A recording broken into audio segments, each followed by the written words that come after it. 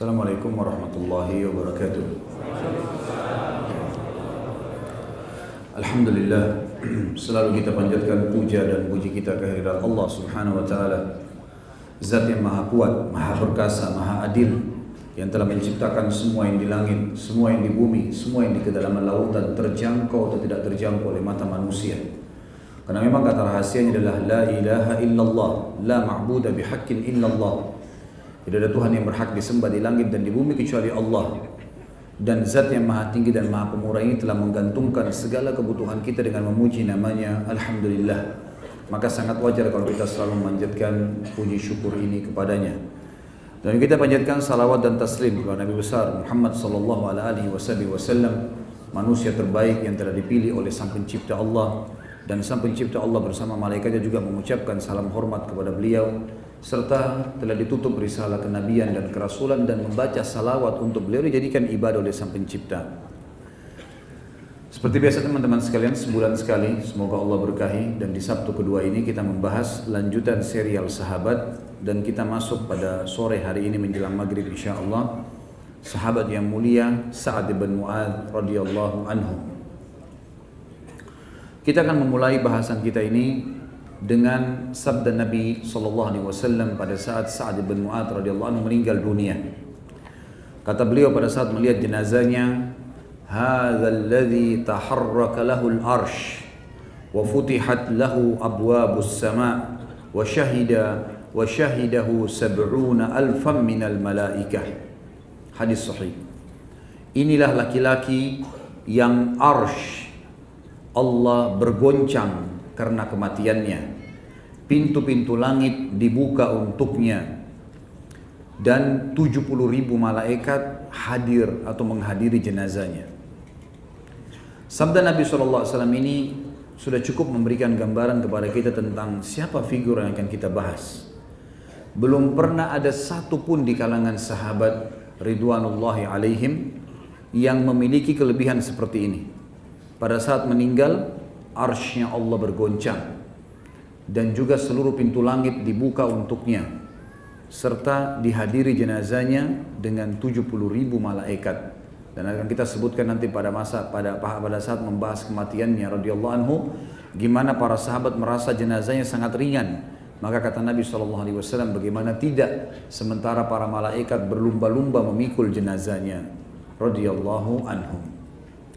Dari sabda Nabi SAW ini teman-teman sekalian, kita seperti apa yang diucapkan oleh penulis sebenarnya di sini, dia mengatakan betul-betul kita membahas sebuah atau seseorang yang tidak bisa lagi pena menulis tentang sejarahnya, tidak bisa lagi kata-kata mengukir sejarah hidupnya. Manusia yang luar biasa, arsy-Nya Allah bisa bergoncang dengan kematiannya, sesuatu yang luar biasa. Kalimat ini bobotnya sangat berat kalau dalam bahasa Arab ya.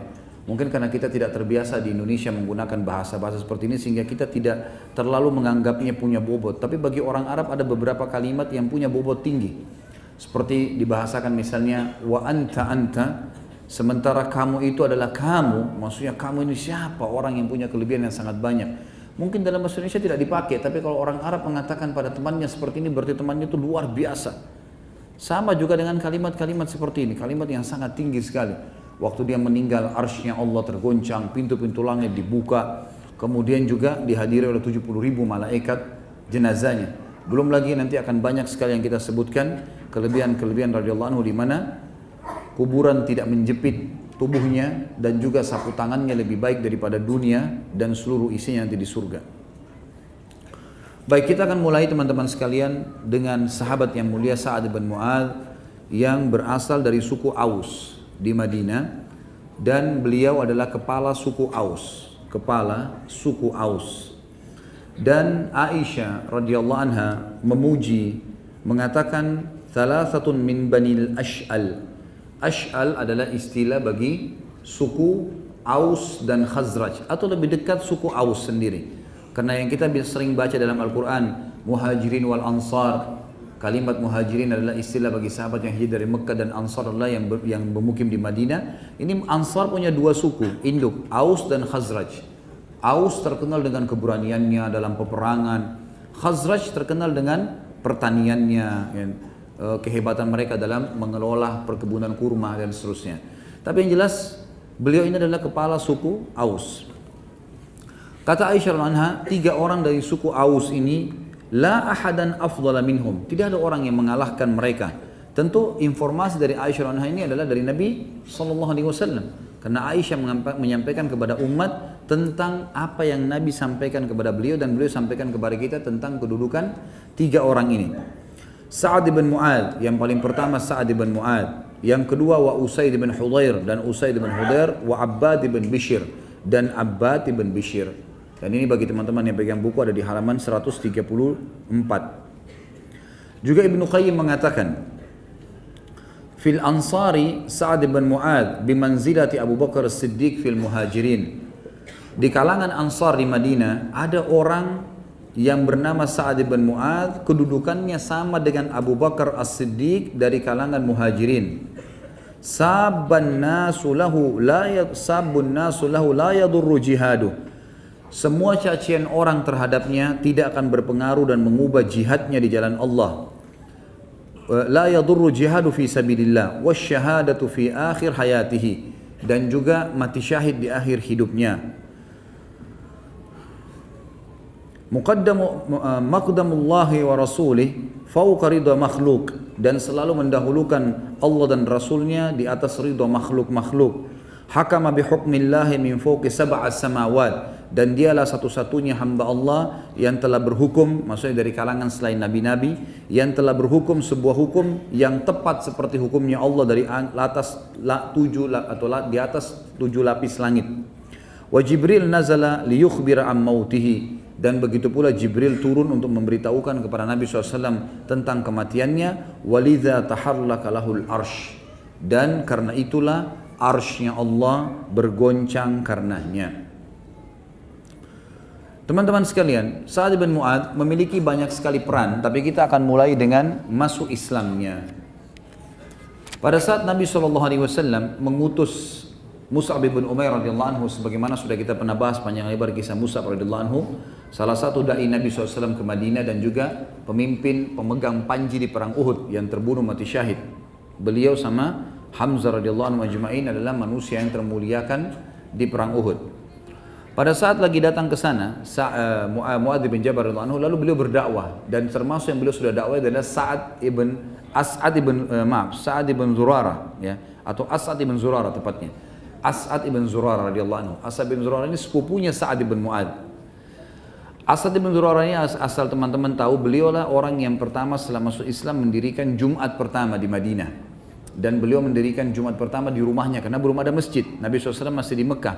Dan pada saat itu berkumpul 40 orang di rumahnya bersama beliau. Lalu beliau mendirikan sholat. Dan dari situ ulama mengeluarkan sebuah hukum syar'i. Kalau belum ada masjid, kemudian ada orang mau mewakafkan rumahnya jadi masjid, maka bisa jadi masjid tiba-tiba. Gitu kan? Karena memang dia boleh mewakafkannya. Seperti kita punya sebuah masjid, rumah sudah tidak dihuni, lalu kita mengatakan ini jadi masjid aja. Diniatkan begitu karena Allah, lalu dijadikan sebagai tempat sholat 5 waktu, dikumandangkan azan, maka menjadi hukum masjid. Walaupun dari awal belum diganti menjadi masjid, karena terambil, atau salah satunya hukumnya diambil dari perilaku As'ad bin Zurarah radhiyallahu anhu.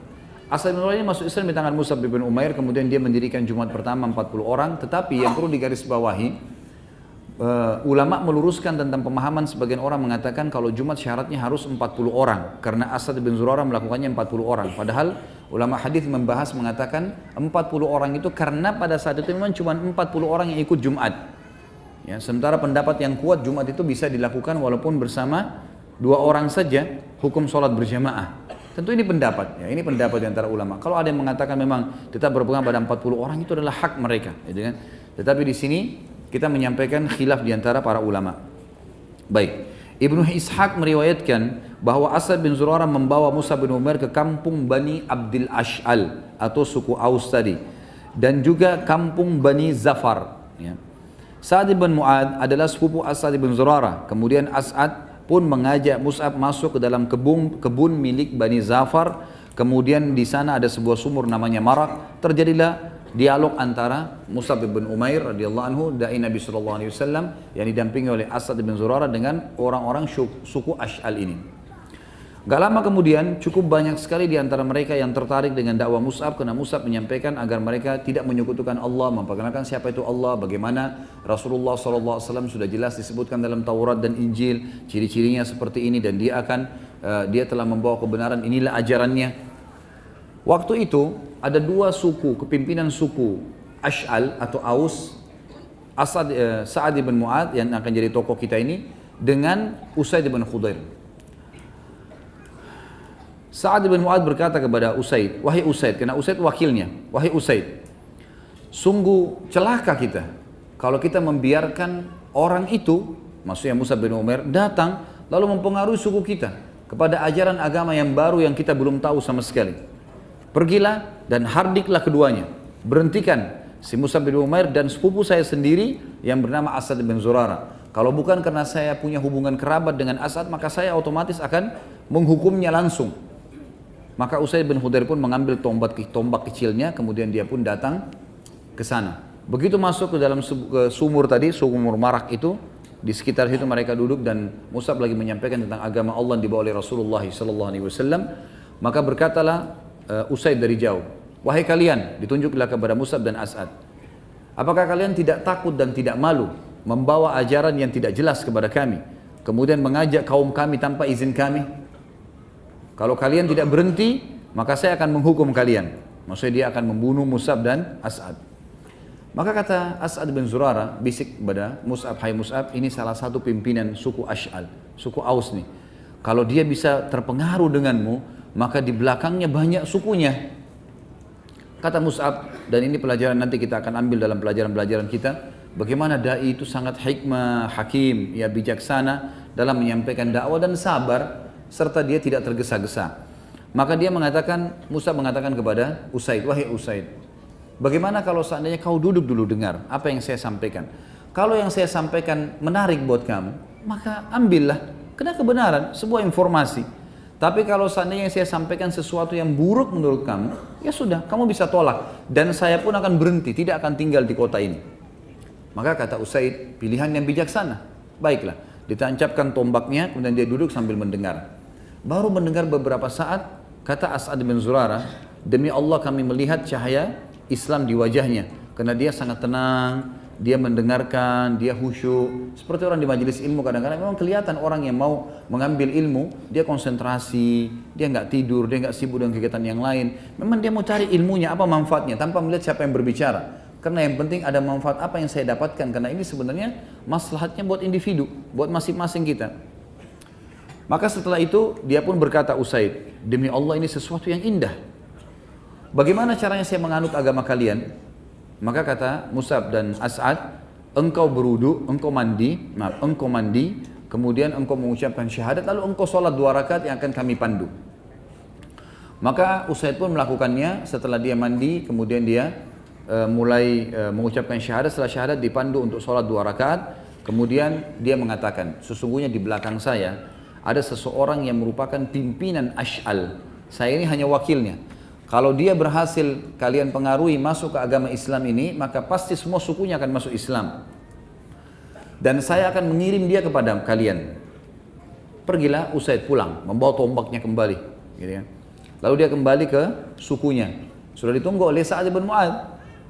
Waktu itu Sa'ad bin Mu'ad masih dalam keadaan kafir. Lalu dia mengatakan kepada sukunya, demi Allah Usaid kembali kepada kalian bukan seperti wajah pertama dia pergi. Tadinya dia emosi, sekarang malah kenapa kelihatan kok sangat tenang gitu.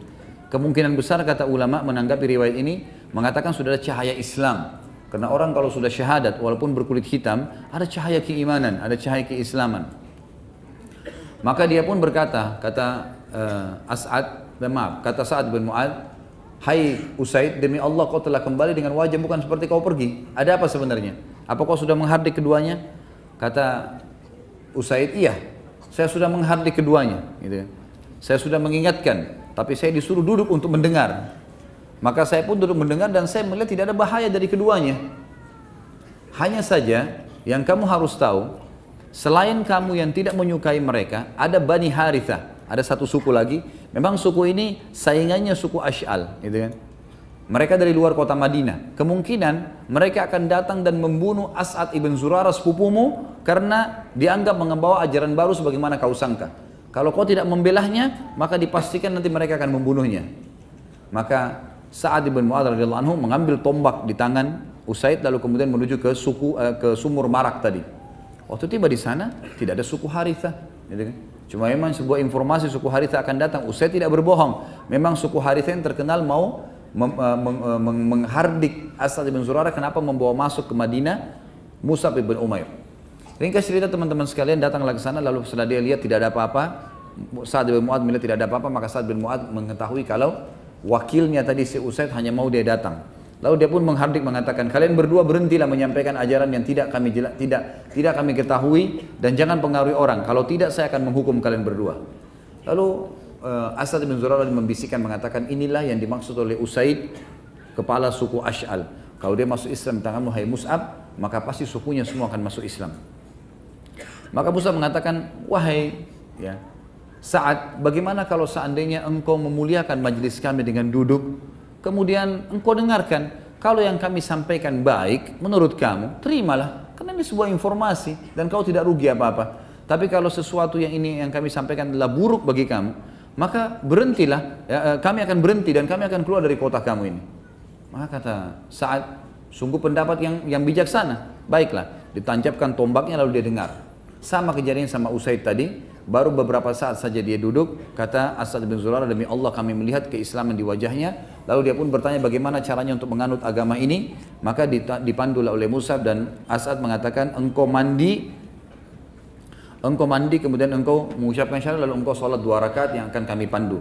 Lalu dia pun melakukannya.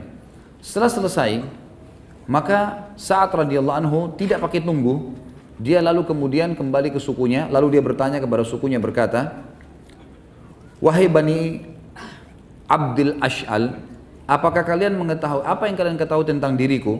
Mereka menjawab, engkau adalah sayyid atau pemimpin kami. Engkau orang yang paling kuat silaturahimnya, paling baik pendapatnya, paling berkah jiwanya di antara kami.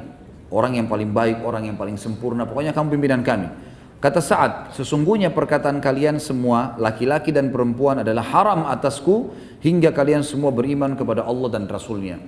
Dan ini adalah sebuah fadilah yang sangat besar. Bagaimana seorang muslim tidak menunda untuk berdakwah, dan ini juga akan menjadi manaqibnya Sa'ad radhiyallahu anhu. Begitu beliau syahadat, beliau tahu kebenaran, maka beliau langsung menerima dan langsung mempraktikkan. Dan beliau mengatakan tadi kalimat ini bobotnya berat, maksudnya punya bobot yang sangat baik di kalangan orang-orang Arab. Wajahku dan wajah kalian haram, atau perkataanku dan perkataan kalian haram sampai kalian melakukan begini dan begitu. Makanya kata Sa'ad bin Anhu, perkataan kalian laki-laki dan perempuan haram, tidak boleh bicara sama saya sampai kalian semua beriman pada Allah dan Rasulnya. Maka dalam riwayat ini dikatakan, kata Sa'ad, Mus'ab bin Umair radhiyallahu anhu dan Asad bin Zurarah berkata, demi Allah, sore tidak datang di perkampungan Bani Ash'al kecuali semua orang baik laki-laki maupun wanita telah masuk Islam, sehingga tidak ada satu perkampungan dari perkampungan orang-orang Ansar kecuali di sana sudah ada laki-laki dan perempuan yang beriman. Dan ini disebutkan dari halaman 134, kisahnya panjang lebar, sampai halaman 137 tentang bagaimana masuk Islamnya Sa'ad ibn Mu'adz radhiyallahu anhu. Semenjak masuk Islam, Sa'ad pun terlihat beliau selalu berbahagia dan selalu hadir di samping Nabi SAW, dan beliau selalu saja berusaha untuk mengambil ilmu, petunjuk dan juga akhlaknya. Dan beliau mencintai Nabi SAW di atas segala-galanya, karena beliau telah berikrar di hadapan Nabi SAW akan mengorbankan seluruh hartanya dan juga keluarganya, bahkan sukunya, untuk membela Nabi SAW. Sekarang kita masuk teman-teman sekalian ke manaqib, kelebihannya Sa'ad bin Mu'adz radhiyallahu anhu. Dan ini juga kita akan beratkan ke beberapa poin saja, tapi garis-garis induknya. Yang pertama tentu pujian Nabi SAW tadi tentang Sa'ad, masalah keimanannya, bagaimana arsy-Nya Allah goncang, dan nanti akan kita bahas masalah arsy goncang itu. Pendapat Imam Nawawi tentang menukil beberapa pendapat ulama apa yang dimaksud dengan tergoncang arsy-Nya Allah. Kemudian juga dibukakan baginya pintu-pintu langit, artinya ruhnya langsung diterima oleh Allah, dan juga dihadiri jenazahnya dengan 10.000 atau 70.000 malaikat. Kemudian yang kedua manaqibnya adalah selain pujian Nabi SAW untuknya, maka perkataan yang sangat luar biasa pada saat akan terjadi perang Badar. Jadi perang Badar teman-teman terjadi di tahun 2 Hijriah. Sebabnya adalah ada kafilah Quraisy. Ini sudah pernah saya sampaikan di beberapa rumah yang lalu, tapi saya ulangi lagi karena kejadiannya hampir sama. Ada beberapa kepala suku Quraisy, diantaranya Abu Sufyan, Abu Lahab, Abu Jahal, Umayyah bin Khalaf, gitu kan, Al-Walid bin Uqbah, ya, Uqbah bin Amir dan seterusnya. Orang-orang ini pada saat banyak sahabat-sahabat Nabi hijrah ke Madinah, mereka kepala-kepala suku ini memperebutkan harta-harta muslimin, dibagi di antara mereka. Setelah diperebutkan, lalu dijual oleh mereka, rumahnya dijual, masyarakat Mekah yang lain beli, mereka dapat duit banyak dari hasil rampasan hartanya muslimin. Ternyata uang-uang mereka yang dari muslimin ini dipakai untuk belanja barang-barang di negeri Syam, didampingi oleh Abu Sufyan, dan waktu itu didampingi di kafilah ini didampingi dengan 200 pasukan berkuda. Pergilah mereka ke sana. Nabi SAW dengar tentang kasus kafilah ini dari uang muslimin, dan mereka di sini memang harta itu milik pimpinan-pimpinan Quraisy. Maka beliau pun mengiklankan di Madinah, siapa yang ingin keluar silahkan, tapi tidak ada paksaan. Waktu itu bukan paksaan jihad yang fardu ain. Siapa yang mau keluar silahkan ikut dengan saya untuk menghalang kafilah Quraisy. Banyak di antara sahabat yang belum ikut pada saat itu karena baru-baru masuk Islam. Jadi kurang lebih terkumpul 313 orang, 314 bersama Nabi SAW. Mereka keluarlah ke sana dengan pakaian yang sangat sederhana. Banyak di antara mereka tidak pakai baju besi, banyak yang tidak bawa perisai, banyak yang tidak bawa topi besi. Mereka hanya sekedar keluar dengan pedang karena yang dihadangi cuma kafilah. Dianggap sesuatu yang ringan gitu. Karena 200 orang yang jaga, sementara pasukan muslimin 314 orang, gitu kan? Apalagi dipimpin oleh Nabi SAW, keluarlah mereka. Ternyata Abu Sufyan dengan hikmah Allah mengetahui keluar Nabi SAW tadi. Lalu dia segera mengirim surat ke Abu Jahal di Mekah, lalu kemudian dia mengajak Abu Jahal untuk memotivasi masyarakat Mekah membentuk pasukan. Semua kepala suku memotivasi sukunya, akhirnya terbentuklah pasukan kurang lebih 1000 orang pada saat itu, 1000 orang. Keluarlah pasukan ini menuju ke wilayah Badr, dan pas kafilah Quraisy lewat di Badr. Jadi kalau saya gambarkan posisinya, ada sebuah gunung di Badr itu. Kalau yang lebih dekat dengan Madinah namanya Udwatid Dunya. Kalau yang lebih jauh dari Madinah di sebelah gunung itu namanya Udwatil Quswa, gitu kan. Maka keadaan ini, gunung ini ada 2 sisi gunung, dan di antara gunung ini, di bagian belakang ada sebuah lembah yang memutari gunung tersebut, kemudian bertemu titiknya di depan gunung. Ini Allah sebutkan dalam Al-Quran tentang kejadian perang ini. Kata Allah, A'udzubillahi minasyaitonirrajim, idh antum bil udwatid dunya wa hum bil udwatil quswa warrakbu asfala minkum. Ingatlah kejadian pada saat kalian hai kaum muslimin berada di udwatid dunya, di sisi gunung yang lebih dekat dengan Madinah. Dan pasukan Quraisy berada di Udwatil Quswa, di sebelah sisinya gunung. Tapi mereka tidak saling tahu nih kalau ada pasukan di sebelah. Warrakbu asfala minkum, maksudnya kafilah yang dipimpin Abu Sufyan itu melewati lembah yang dekat dengan kalian, tapi tidak ada yang saling ketemu. Pasukan Quraisy tidak tahu kalau kafilah Abu Sufyan lewat di dekatnya, ya, lembah. Mereka juga tidak tahu ada pasukan muslimin tidak tahu kalau di sebelah ada pasukan Quraisy, tidak tahu juga kalau kafilah Abu Sufyan lewat di situ. Dan Abu Sufyan tidak tahu kalau 2 pasukannya sudah ada di posisi situ. Dan kata para ulama tafsir, memang betul-betul perang Badar Allah Subhanahu wa taala punya campur tangan di situ untuk menjadikan perang itu terjadi. Ringkas cerita, Abu Sufyan selamat. Abu Sufyan pun mengirim surat ke Mekah, tapi pasukan sudah terlanjur keluar, gitu kan? Kalau kami sudah selamat dan seterusnya, dikirimlah surat lagi ke pasukan orang-orang Quraisy. Abu Jahal bilang kita nggak boleh kembali. Walaupun kafilah sudah selamat, kita sudah sampai di sini, sudah dekat nih. Kita harus serang Madinah. Nabi SAW juga dengan hikmah Allah mendapatkan informasi kalau Quraisy sudah ada. Gitu kan.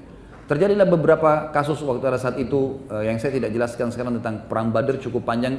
Antum bisa ikutin di ceramah tentang Sirah Nabawiyah perang Badar, bagaimana Abu Sufyan bisa tahu kalau ada pasukan muslimin kena dari kotoran unta mereka. Karena satu-satunya masyarakat Arab pada saat itu yang memberikan makan unta mereka kurma hanya penduduk Madinah, gitu kan? Karena kurma dianggap makanan mahal pada saat itu dan makanan kelasnya banyak dan memang makanan yang favorit, ya. Mereka tidak berikan makanan itu kepada hewan mereka, tapi orang Madinah karena banyak sekali kebun kurmanya, jadi mereka memberikan kurma makanan unta mereka. Nah di kotorannya unta itu keluar biji-biji kurma. Abu Sufyan pada saat itu waktu dia mau menyisir lokasi di sekitar situ, dia menemukan ada kotoran-kotoran unta yang di sekitar gunung itu. Dan ditemukan kotoran unta itu pada saat dikorek-korek sama dia, keluar ada biji-biji kurma. Maka dari situ dia tahu kalau ini adalah unta pasukan muslimin, gitu kan. Dia pun akhirnya berjaga-jaga, si Abu Jahal ini yang keluar, Abu Sufyan sudah selamat tadi, Abu Jahal yang keluar, kemudian Abu Jahal pun ya memberitahukan pasukannya kalau di sini sudah ada muslimin. Nabi SAW juga dapat wahyu kalau memang sudah ada pasukan Quraisy di sebelah, lalu Nabi SAW kumpul dengan para sahabat. Ini sekarang keluar kita targetnya kan kafilah. Kafilah Allah beritakan sudah selamat. Kalau kita kejar sudah jauh, nggak keburu. Mereka sampai ke Mekah kita belum sempat mengejarnya. Kemudian pasukan Quraisy keluar 1.000 orang, sudah ada di sebelah gunung kita nih, sebelah kita. Kita kalau naik gunung ini nengok ke belakang, sebelah sudah kelihatan. Artinya kita juga tinggal mutar, kita sudah bisa perang sama mereka. Allah memberikan pilihan pada kalian. Bagaimana? Berikan pendapat kalian.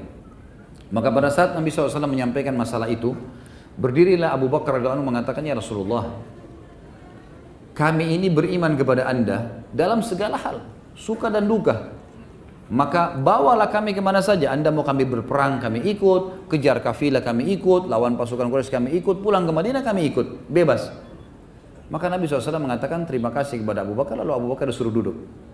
Bagaimana pendapat kalian? Kata Nabi SAW. Umar lagi berdiri, mengucapkan kalimat yang sama dengan Abu Bakar. Kalimat motivasi yang, ya Rasulullah, bawa kemana saja kami siap. Kata Nabi SAW, baik, terima kasih. Suruh duduk Umar. Kemudian Nabi SAW tanya lagi, hai muslimin, berikan pendapat. Berdiri lagi Mikdad. Ini semua sahabat-sahabat yang mulia. Mikdad mengatakan juga kalimat yang sama. Nabi SAW masih saja, karena ini semua orang-orang ini dari orang muhajirin. Orang muhajirin wajar mau melawan. Kenapa? Karena memang ini musuh mereka dari Mekah. Secara kejiwaan begitu. Ya. Maka Nabi SAW ingin yang menjawab ini sekarang orang-orang Ansar yang tadinya akadnya dengan Nabi SAW di Mekah, waktu Bai'at Aqabah, pertama sekali orang-orang Ansar ini masuk Islam di Mekah, itu mereka sepakat membela Nabi SAW di Madinah, di kota mereka. Di luar kota ini belum ada kesepakatan akad nih. Mereka siap berkorban untuk Nabi SAW, menyambut Nabi SAW di Madinah. Kalau Madinah diserang, mereka mengorbankan jiwa mereka. Tapi di luar Madinah belum ada akad, belum ada kesepakatan. Maka Nabi SAW mengatakan, hai muslimin, hai manusia, berikan pendapat. Waktu itu Sa'ad bin Mu'adz radhiyallahu anhu pimpinan orang Ansar. Dan beliau, suku Aus ini secara khusus, suku terkenal militernya Madinah pada saat itu. Suku militer. Khazraj tadi saya bilang lebih banyak kepada petani-petaninya, gitu kan, pedagang-pedagangnya. Maka berdiri Sa'ad bin Mu'adz mengatakan, ya Rasulullah, sepertinya anda ini menyinggung kami. Sepertinya anda ini menyinggung kami. Dan ini disebutkan banyak sekali riwayat. Saya akan bacakan di sini teman-teman sekalian supaya lebih jelas. Maka Sa'ad bin Mu'adz pun pemegang panji orang-orang Ansar sekaligus panglima mereka mengerti maksud Nabi SAW. Maka dia berkata, demi Allah, sepertinya anda menginginkan kami wahai utusan Allah. Nabi SAW mengatakan, benar. Ini gak gampang. Orang dari Madinah tidak ada hubungannya sama harta, tidak ada hubungannya sama orang-orang Mekah, terus kemudian disuruh perang. Apalagi masih awal-awal Islam, ini baru tahun 2 Hijriah. Baru 1 tahun yang lalu isinya Nabi SAW masuk ke Madinah, gitu kan. Maka beliau mengatakan, kami telah beriman kepada anda, kami bersaksi bahwasanya apa yang anda bawa adalah kebenaran. Kami telah memberikan anda janji dan ikrar kami untuk mendengar dan mematuhi. Maka majulah wahai utusan Allah karena apa yang kepada apa yang anda inginkan. Demi Zat yang telah mengutus anda dengan kebenaran, seandainya anda membawa kami ke lautan, lalu anda menyeberanginya, niscaya kami akan menyeberangi bersama anda. Tidak seorang pun dari kami akan tertinggal. Kami tidak takut jika esok hari bertemu dengan musuh kami. Kami adalah orang-orang yang sabar pada saat perang dan teguh di medan laga. Semoga Allah memperlihatkan apa yang menenangkan anda. Maka bergeraklah bersama kami di atas keberkahan dari Allah. Jadi tentu pola bicaranya bukan seperti ini ya. Ini di kancah peperangan dan sebagian ulama ada yang menukil dalam buku-buku sejarah mengatakan kalau Sa'ad bin Mu'adz dengan semangat mengatakan kalimat ini dengan intonasi suara yang sangat luar biasa memberikan motivasi buat Nabi SAW dan muslimin terutama sukunya untuk ikut berperang. Dalam riwayat yang lain bahwasanya Sa'ad bin Mu'adz berkata kepada Nabi SAW, mungkin anda khawatir orang-orang Ansar akan berkeyakinan bahwa kewajiban mereka hanyalah menolong anda di negeri mereka. Sungguh, aku berkata atas nama orang-orang Ansar dan aku menjawab juga atas nama mereka. Berangkatkanlah kemanapun anda inginkan. Sambunglah ikatan orang yang anda inginkan. Putuskanlah ikatan orang yang anda inginkan. Ambillah dari harta kami apa yang anda inginkan. Berikanlah kepada kami apa yang anda inginkan. Apa yang anda ambil dari kami lebih kami cintai daripada anda tinggalkan. Perintah apapun yang anda katakan keputusan kami selalu mengikuti perintah anda. Demi Allah, seandainya anda berjalan hingga anda tiba di ujung bumi ini, niscaya kami akan mengikuti anda. Demi Allah, seandainya anda membawa kami ke lautan, lalu anda meraunginya, niscaya kami akan mengikuti anda. Tentu statement ini teman-teman sekalian adalah statement yang sangat bermakna pada saat itu. Kenapa? Karena dari 314 pasukan Nabi SAW itu setengahnya orang Ansar. Setengahnya orang Ansar. Artinya kalau mereka pada saat itu mengatakan kami tidak mau ikut, maka bukan sebuah pelanggaran karena Nabi SAW mengajak musyawarah. Dan target keluar tadinya kafilah. Tapi Sa'ad bin Mu'adz radhiyallahu anhu memberikan sebuah kalimat yang jelas. Bukan cuma menghadapi Quraisy ya Rasulullah. Bawa kami ke ujung bumi, kami akan ikut. Ke lautan menyeberang kami akan turun. Dan tidak ada satu orang pun di antara kami yang berkhianat. Dan kita tahu ada sistem kesukuan. Kalau kepala suku sudah berbicara A, maka semua berbicara A. Itu sudah menjadi sebuah sistem kesukuan dimanapun itu, gitu kan? Dan ini pimpinan suku sudah berbicara, maka semuanya ikut dengan Sa'ad bin Mu'adz radhiyallahu anhu. Maka mendengar perkataan tersebut, Nabi SAW pun sangat gembira dan beliau mengucapkan kalimat yang luar biasa. Nabi SAW mengatakan dalam hadis sahih, siru wa abshiru, fa inna Allah Ta'ala qad wa'adani ihdat ta'ifataini, wallahi laka'anni al-ana anzuru ila masari al-qawm.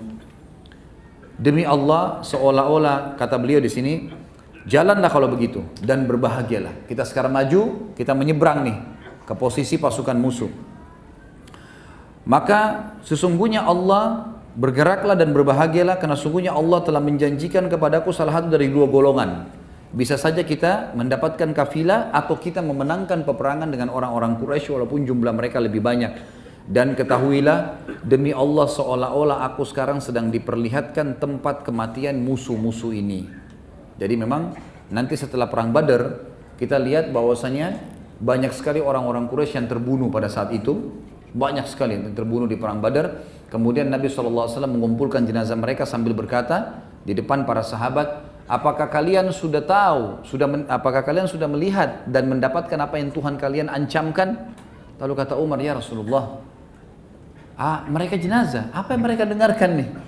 Kata Nabi SAW, sungguh demi Umar, demi zat yang ubun-ubunku dalam genggamannya, mereka lebih dengar apa yang aku ucapkan ini daripada kau mendengarkan ucapanku sekarang. Hanya saja mereka tidak bisa menjawabnya. Artinya Allah Subhanahu wa taala memberikan mukjizat kepada Nabi SAW, suara beliau diantar dan didengarkan kepada ruh-ruhnya orang kafir tersebut. Dan Nabi SAW mengatakan, ketahuilah kepada orang-orang jenazahnya orang-orang kafir, sesungguhnya aku telah mendapatkan apa yang Tuhanku janjikan. Artinya Allah berikan kemenangan. Tapi saksi bahasan kita di sini, kita tidak bicara masalah kiprah peperangan karena tidak dinukil dalam buku kita dan buku-buku yang lain tentang pengaruh atau peperangan secara khusus Sa'ad bin Mu'adz di kancah peperangan. Tapi kalau masih ingat, tentu banyak sekali di antara suku-suku beliau yang berpengaruh sekali dalam peperangan. Seperti di perang Badar yang menyebabkan Abu Jahal terbunuh adalah dua orang anaknya Afra, gitu kan? Mu'adz dan Mu'awwidh radhiyallahu anhu ajma'in. Ini dari suku Ash'al memang. Setelah mendengarkan motivasi dari Sa'ad bin Mu'adz akan mendukung peperangan, maka kedua anak muda ini pun segera maju ke depan dan mengatakan kepada Nabi SAW, Anda sudah mendengarkan apa yang dikatakan oleh kepala suku kami, maka kami akan ikut bersama Anda. Lalu Nabi SAW pun menggerakkan pasukan. Dan pada saat terjadi peperangan atau terjadi kecamuk peperangan, maka Mu'adz dengan Mu'awwidh ini yang mengatakan kepada Abdurrahman bin Auf, saya pernah sampaikan kisah ini di kisah Abdurrahman bin Auf, wahai paman, mana Abu Jahal? Ditanya, kenapa kalian tanya? Karena dia dulu paling banyak menyakiti Nabi SAW. Kami ingin membunuhnya. Yang satu mengatakan saya ingin membunuhnya, yang satu juga mengatakan saya ingin Mu'ad dan Mu'awid. Lalu dua-duanya lalu menyerang Abu Jahal pada saat itu. Dan ini dari suku Ash'al itu sendiri. Baik, selanjutnya perkataan di Badar ini juga dinukil oleh para ulama, dan dalam buku kita juga ini dinukil tentang bagaimana prinsip dasar dan perkataan yang sangat kokoh dari Sa'ad bin Mu'adz radhiyallahu anhu dalam mempertahankan agama Allah. Di antaranya terjadi pada saat kisah dengan suku Ghatafan, ya, suku Ghatafan yang bergabung di perang Ahzab. Itu bisa dilihat di halaman 140 sampai 151. Tentu ini panjang, tapi saya akan bahasakan, sampaikan kepada anda, kepada antum insyaallah. Baik, ada dua suku Yahudi di Khaybar, namanya Qainuqa dan Nadhir. Dua suku ini berusaha untuk memotivasi orang-orang Arab. Ada lebih dari 20 suku Arab pada saat itu untuk memerangi Madinah. Berhasil mereka, dan mereka menunjuk Quraisy untuk jadi pemimpin dan Abu Sufyan jadi pimpinannya. Terjadilah perang Ahzab namanya, surah nomor 33 dalam Al-Quran. Ahzab jamak daripada hizb yang berarti kelompok-kelompok gitu kan. Salah satu dari 20 suku Arab yang bergabung, ada satu suku namanya Ghatafan. Ghatafan ini suku dipimpin oleh orang yang sangat bodoh. Sampai kata Nabi SAW, pimpinan mereka ini adalah orang yang sangat bodoh, ya. Orang yang sangat bodoh tapi dia selalu dipatuhi.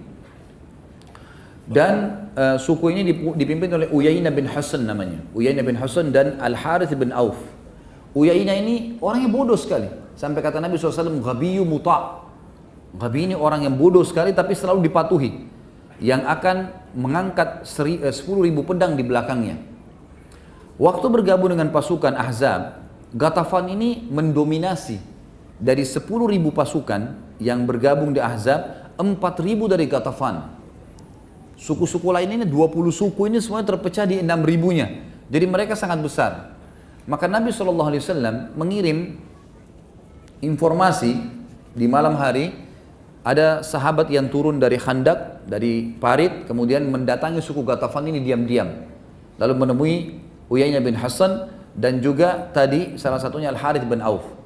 Lalu dia mengatakan, Rasulullah SAW ingin bertemu kalian, mau negosiasi, mau ketemu nggak? Oke, mau. Baik, diturunkanlah tangga, pada saat itu dibuat dari tali.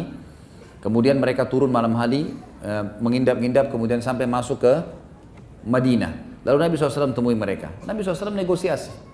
Kata Nabi SAW, di depan dua orang pimpinan Ansar, Sa'ad ibn Mu'adz yang pimpinan Aus ini, dan ada Sa'ad ibn Ubadah, ini pimpinan suku Khazraj. Orang-orang tadi perkebunan, orang-orang perkebunan ini pimpinannya. Dua-duanya. Lalu kata Nabi SAW, wahai Uyainah, pulanglah, bawa pasukanmu yang 4.000 itu, tidak usah ikut-ikutan menyerang Madinah, dan kami akan memberikan untukmu sepertiga dari hasil Madinah. Hasil Madinah kami berikan kepada kamu, sepertiganya. Kalau kami panen kurma, kami akan berikan kepada kamu. Peternakannya juga begitu, sepertiganya. Negosiasi, gitu kan? Silakan kamu ambil, tapi syaratnya kamu bubar, jangan ikut di sini. Pada saat itu Uyainah, karena dia orangnya sangat tamak, dia mengatakan tidak, saya nggak mau. Saya akan bergabung dengan pasukan Quraisy. Gitu kan? Saya akan merebut Madinah. Kamu tidak punya kekuatan. Nabi SAW sempat mengatakan, bagaimana kalau setengah Madinah? Setengah Madinah kau ambil, gitu kan? Yang penting kamu bubar. Dia bilang tidak, saya nggak mau, gitu kan? Kalaupun saya mau ambil, maka saya akan ambil seluruh hasil Madinah. Maka Nabi SAW pada saat itu merasa orang ini luar biasa tamaknya. Beliau pun menghadap kepada Sa'ad ibn Mu'adz dan Sa'ad ibn Ubadah, dua-dua orang ini, dua pimpinan Ansar ini. Bagaimana pendapat kalian? Sa'ad ibn Ubadah tahu kalau pimpinan perang di Madinah adalah Sa'ad ibn Mu'adz. Jadi dia tidak bicara, dia kepala suku Khazraj, banyak petani, pengebun gitu kan. Lalu dia bilang, silakan Sa'ad ibn Mu'adz sampaikan. Maka beliau pun berkata pada saat itu, Sa'ad ibn Mu'adz berkata, wahai Rasulullah, dulu, maksudnya sebelum masuk Islam, suku Ghatafan ini sama-sama kami dalam kemusyrikan. Depannya Uyainah dan Al-Harith, dua-dua pimpinannya. Ini dua orang ini, dan sukunya dulu Ghatafan ini, dulu sama-sama kami di masa jahiliyah. Mereka sama sekali tidak pernah bisa makan sebutir kurma pun dari Madinah, sebutir kurma dari Madinah, kecuali menjadi tamu kami atau beli, transaksi jual beli. Dulu di zaman jahiliyah. Mereka tidak berani sama sekali menyerang Madinah dan tidak pernah bisa mengambil satu butir kurma dari Madinah kecuali jadi tamu, maksudnya terhormat, datang, dilayani, atau transaksi jual beli. Bagaimana setelah kami beriman kepada Anda, Allah mengutus kepada Anda kepada kami telah beriman kepada Allah dan Rasulnya, dan kami telah meyakini tentang kebenaran Islam, dan Anda membimbing kami, lalu kami mau memberikan harta kami kepada mereka? Maka kami tidak perlu itu semua. Demi Allah, kami tidak akan memberikan apapun kepada mereka kecuali pedang, sehingga Allah menetapkan di antara kami dengan mereka. Dalam riwayat lain dikatakan, Sa'ad bin Mu'adz sempat berkata, ya Rasulullah, saya ingin tanya, apakah yang Anda sampaikan negosiasi sama Ghatafan ini wahyu dari langit sehingga kami batu dan kami tidak punya pilihan lain, atau memang sebenarnya strategi perang yang Anda sampaikan? Ini adabnya. Sa'ad bin Mu'adz tanya dulu dalam riwayat ini yang benar, ini yang riwayat yang lebih kuat. Maka kata Nabi SAW, strategi perang. Ini bukan wahyu. Maka kata Sa'ad bin Mu'adz, kalau begitu ya Rasulullah, izinkanlah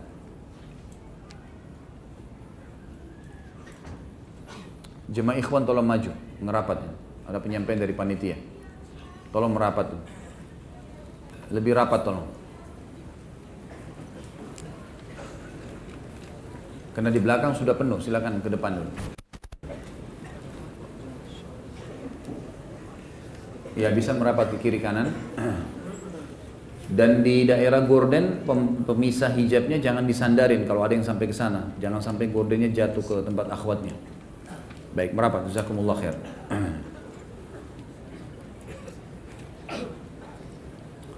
Maka dalam riwayat yang dia mengatakan, Sa'ad bin Mu'adz mengatakan sebagai adab terhadap kepada Nabi SAW, ya Rasulullah, apakah ini wahyu sehingga kami tidak punya pilihan lain? Atau ini adalah strategi perang? Kata Nabi SAW, strategi perang. Strategi perang, gitu. Maka kata Sa'ad bin Mu'adz, kalau begitu ya Rasulullah, ketahuilah, suku Ghatafan ini di depan pimpinannya, dan dua orang ini, ditunjuk dua orang pimpinan mereka, gitu kan, yang sudah pakai baju perang, yang memang menganggap mereka akan menang karena 10.000 orang akan menyerang Madinah dan 10.000 semua penunggang kuda. Kalau kita sekarang 10.000 tank, gitu kan. Maka dua orang ini walaupun dengan baju perangnya tidak pernah memakan sebutir kurma dari tempat kami kecuali karena jadi tamu, itu pun kalau kami mau jamu sebagai tamu atau transaksi jual beli. Bagaimana setelah kami beriman kepada Allah dan Rasulnya dan Anda membawa agama Islam ini kepada kami dengan kemuliaan, lalu kami akan memberikan kepada mereka? Demi Allah ya Rasulullah, kalau ini strategi perang, kami tidak akan memberikan kepada mereka satu butir kurma, bukan setengah penghasilan Madinah, satu butir kurma kami tidak akan kasih. Dan antara kami dengan mereka, ditunjuk dua orang itu pimpinannya, hanya pedang ya Rasulullah, nggak ada lagi main-main. Walaupun Madinah waktu itu terdesak sekali ya. Kondisi perang Ahzab, teman-teman, kalau antum ikuti ceramah di YouTube tentang perang Ahzab, panjang lebar saya ceritain tentang ayat-ayat yang turun dan segalanya. Itu kondisinya Madinah mencekam sekali pada saat itu. Karena pasukan Ahzab sudah sampai di kota Madinah.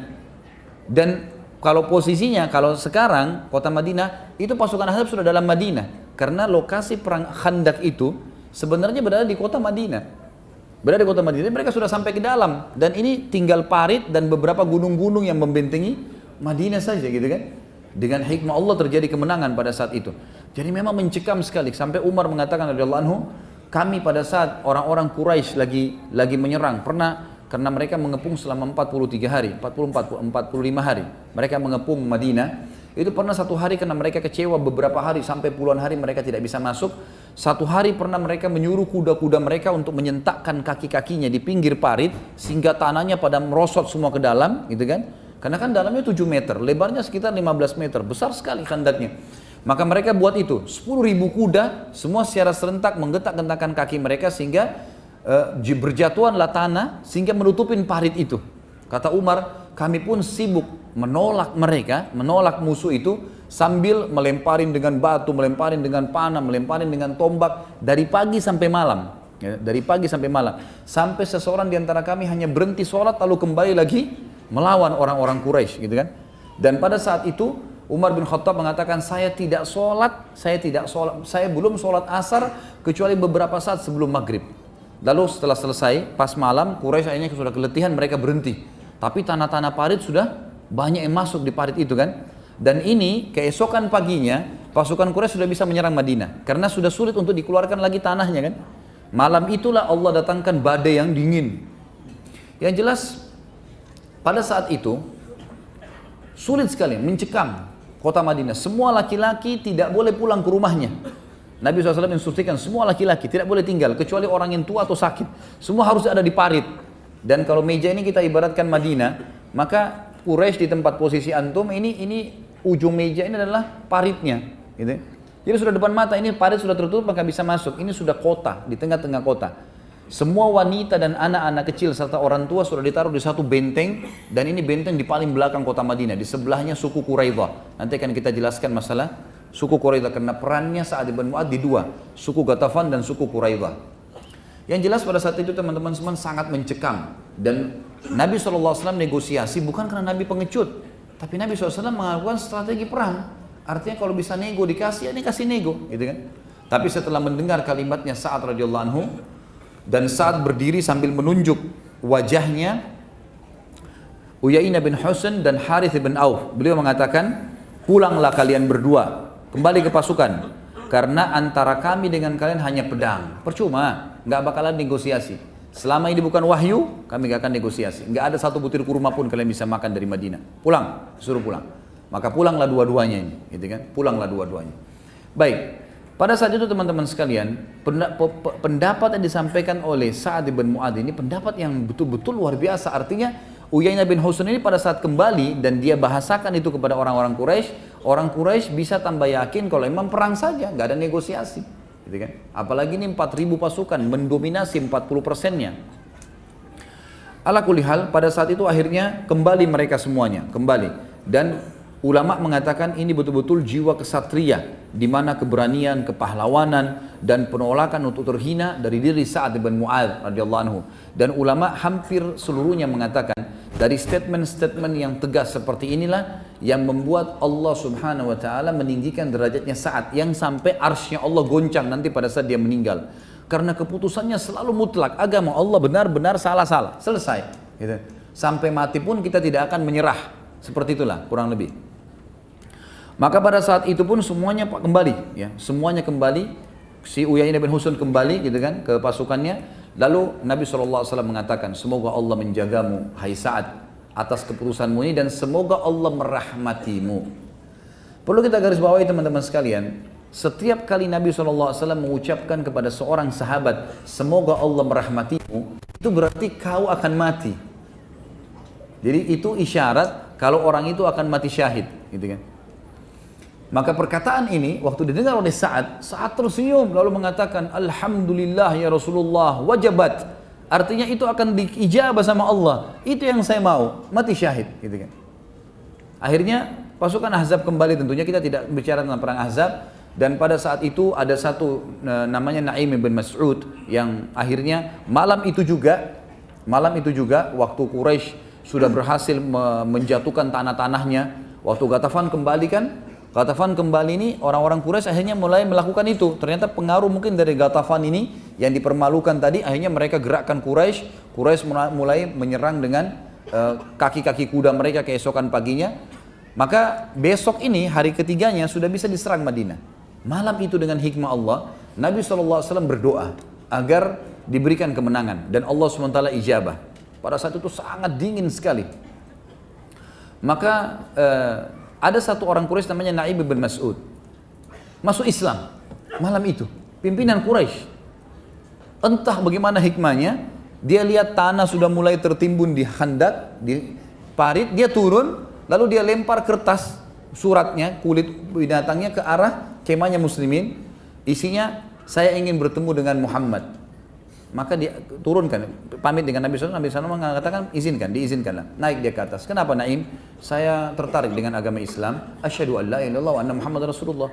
Malam itu tuh, yang besok sudah jelas-jelas akan diserang Madinah ini. Ini parit sudah tertimbun. Dan subhanallah hikmahnya, kan besoknya, malam itu kan mereka dikalahkan dengan angin kan gitu. Itu besoknya, kalaupun pasukan Quraisy pulang dan muslimin harus menimbun kembali, ini pekerjaan yang lama. Tapi hikmahnya waktu mereka sentakkan dengan kuda mereka dan parit sudah tertutup, mereka muslimin tidak perlu nimbun lagi paritnya, gitu. Sudah tertimbun dengan sendirinya gitu. Ya. Naim masuk ke sana langsung syahadat. Kata Nabi SAW, apa yang membuat masuk Islam, hai Naim? Ini dia keluar dengan baju perangnya dari Mekah mau nyerang Madinah. Dan orang Quraisy akan mendapatkan 40% dari hasil Madinah. Kalau nanti menang, Quraisy karena dia pemimpin, dia akan ambil 40%, sisanya dibagi untuk suku-suku lain. Pokoknya Madinah dipecah-pecah lah. Naim bilang, saya tertarik. Rupanya dia selama di Ahzab, di kemahnya itu sering dengar tilawah Al-Qur'annya sahabat kalau malam. Mereka melihat bagaimana sabarnya, hikmah ilahi, dapat hidayah dia. Baik, dia masuk ke sana syahadat. Lalu dia mengatakan, ya Rasulullah, jangan ragukan keislaman saya. Anda tahu siapa saya? Pimpinan Quraisy ini, kepala-kepala suku teman-teman, aib besar kalau mereka bohong. Walaupun dalam peperangan, mereka tidak mau bohong, gitu kan? Anda sudah tahu siapa saya. Ini bukan kedustaan. Saya masuk Islam benar-benar. Perintahkan kepada saya apa saja, saya siap lakukan.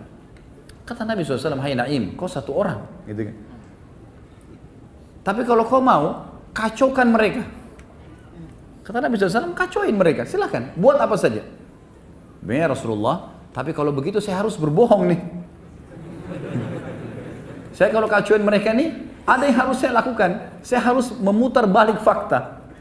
Kata Nabi SAW, peperangan, silahkan. Kan kita sudah tahu hadis Nabi kan, ada 3 hal yang boleh berbohong. Tapi bohongnya ini memang untuk strategi perang, bukan bohong yang seperti negatif biasa orang lakukan.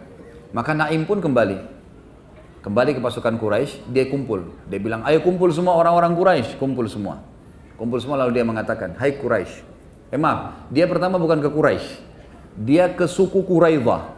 Jadi kalau ini meja Madinah, ini depan semuanya parit, di ujung parit sebelah sana itu ada bentengnya suku Quraidah, suku Yahudi.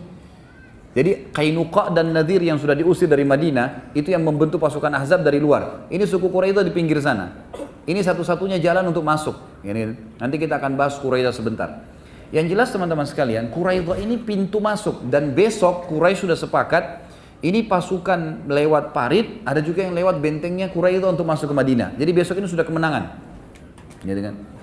Yang terjadi, Naim datang ke Quraidah, lalu teriak dari depan, saya mau ketemu pimpinan kalian. Mereka lihat Naim ini orang nomor 2 setelah Abu Sufyan. Jadi Abu Sufyan mati, Naim ini yang pegang pimpinan, gitu kan?